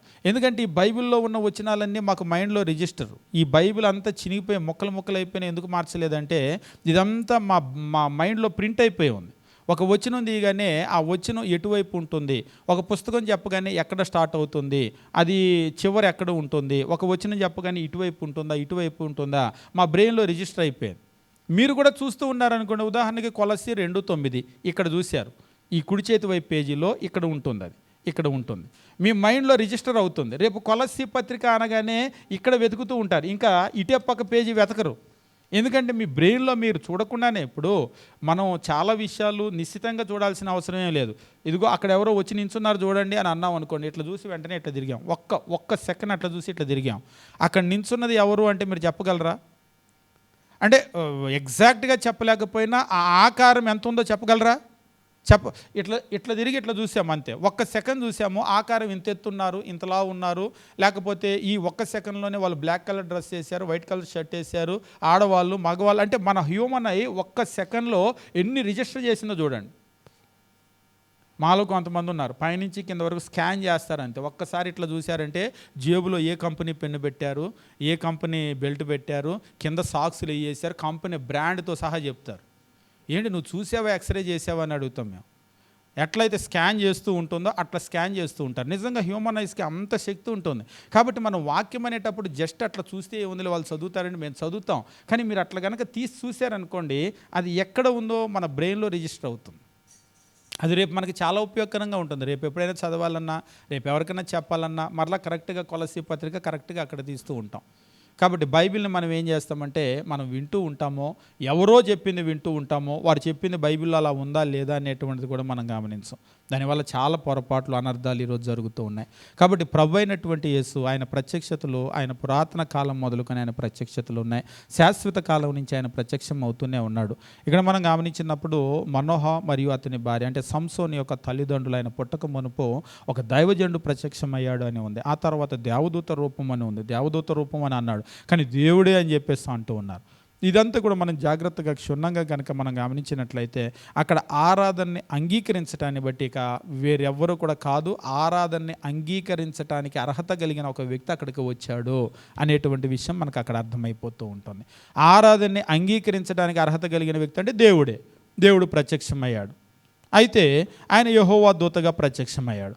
యెహోవా దూతగా ఎవరు ప్రత్యక్షమయ్యారు? దేవుడు అంటే తండ్రి కాదు, పరిశుద్ధాత్మ కాదు. పాత నిబంధన అంతా కూడా చదివేటప్పుడు యెహోవా దూతగా ప్రత్యక్షమైనటువంటిది ప్రభువైన యేసే. ఆయన ప్రత్యక్షతలు మనం చూస్తూ ఉన్నాం. కాబట్టి ఈ విషయాలను మనం గమనిద్దాం, మనం నేర్చుకుందాం. మనం నేర్చుకుని మనం అనేక మందికి నేర్పడానికి మనం ప్రయత్నం చేద్దాం. ప్రభువైన యేసుని గురించి ఎంత ఎక్కువగా మనం నేర్చుకుంటూ ఉంటామో, ఆత్మీయంగా మనం అంత బలపడేదానికి అవకాశం ఉంది. నిజంగా ఆయన వాగ్దానాలు నెరవేర్చినటువంటి గొప్ప దేవుడు. మనం పాత నిబంధనలో చూస్తూ ఉంటే ఆయన ఏవైతే వాగ్దానం చేశాడో దాన్ని నెరవేర్చాడు. ఆయన వారికి చేసిన వాగ్దానాలు, పితరులకు చేసిన వాగ్దానాలను నెరవేరిస్తే మనకు చేసిన వాగ్దానం కూడా నెరవేరుస్తాడు. నా తండ్రి ఇంట్లో అనేక నివాసాలు ఉన్నాయి, నేను వచ్చి మరలా మిమ్మల్ని తీసుకొని వెళ్తానంటే ఖచ్చితంగా ఆయన వస్తాడు. అంచెదినము నేను మిమ్మల్ని లేపుతానంటే ఖచ్చితంగా లేపుతాడు. మనకి తీర్పు ఉందంటే ఖచ్చితంగా ఉంది. పరలోకము నరకము ఉన్నాయంటే ఖచ్చితంగా ఉన్నాయి. కాబట్టి ఇదేదో మనం ఉట్టిగా చెప్పుకునే మాటలు కాదు, నిజంగా 100% పాటలు నిజమైనటువంటి మాటలు. ఎందుకంటే ప్రభువైన యేసుని మనం నమ్మొచ్చు. ఆయన అబద్ధం ఆడటానికి నరమాతుడు కాదు, మనిషి కాదు, ఆయన దేవుడు కాబట్టి ఆయన ఎప్పుడు అబద్ధం ఆడు. కాబట్టి మన విశ్వాసం ఆయన మీద ఉంచుదాం. మనము మన కుటుంబాలు దీవించబడును గాక. దేవుడు మనల్ని మన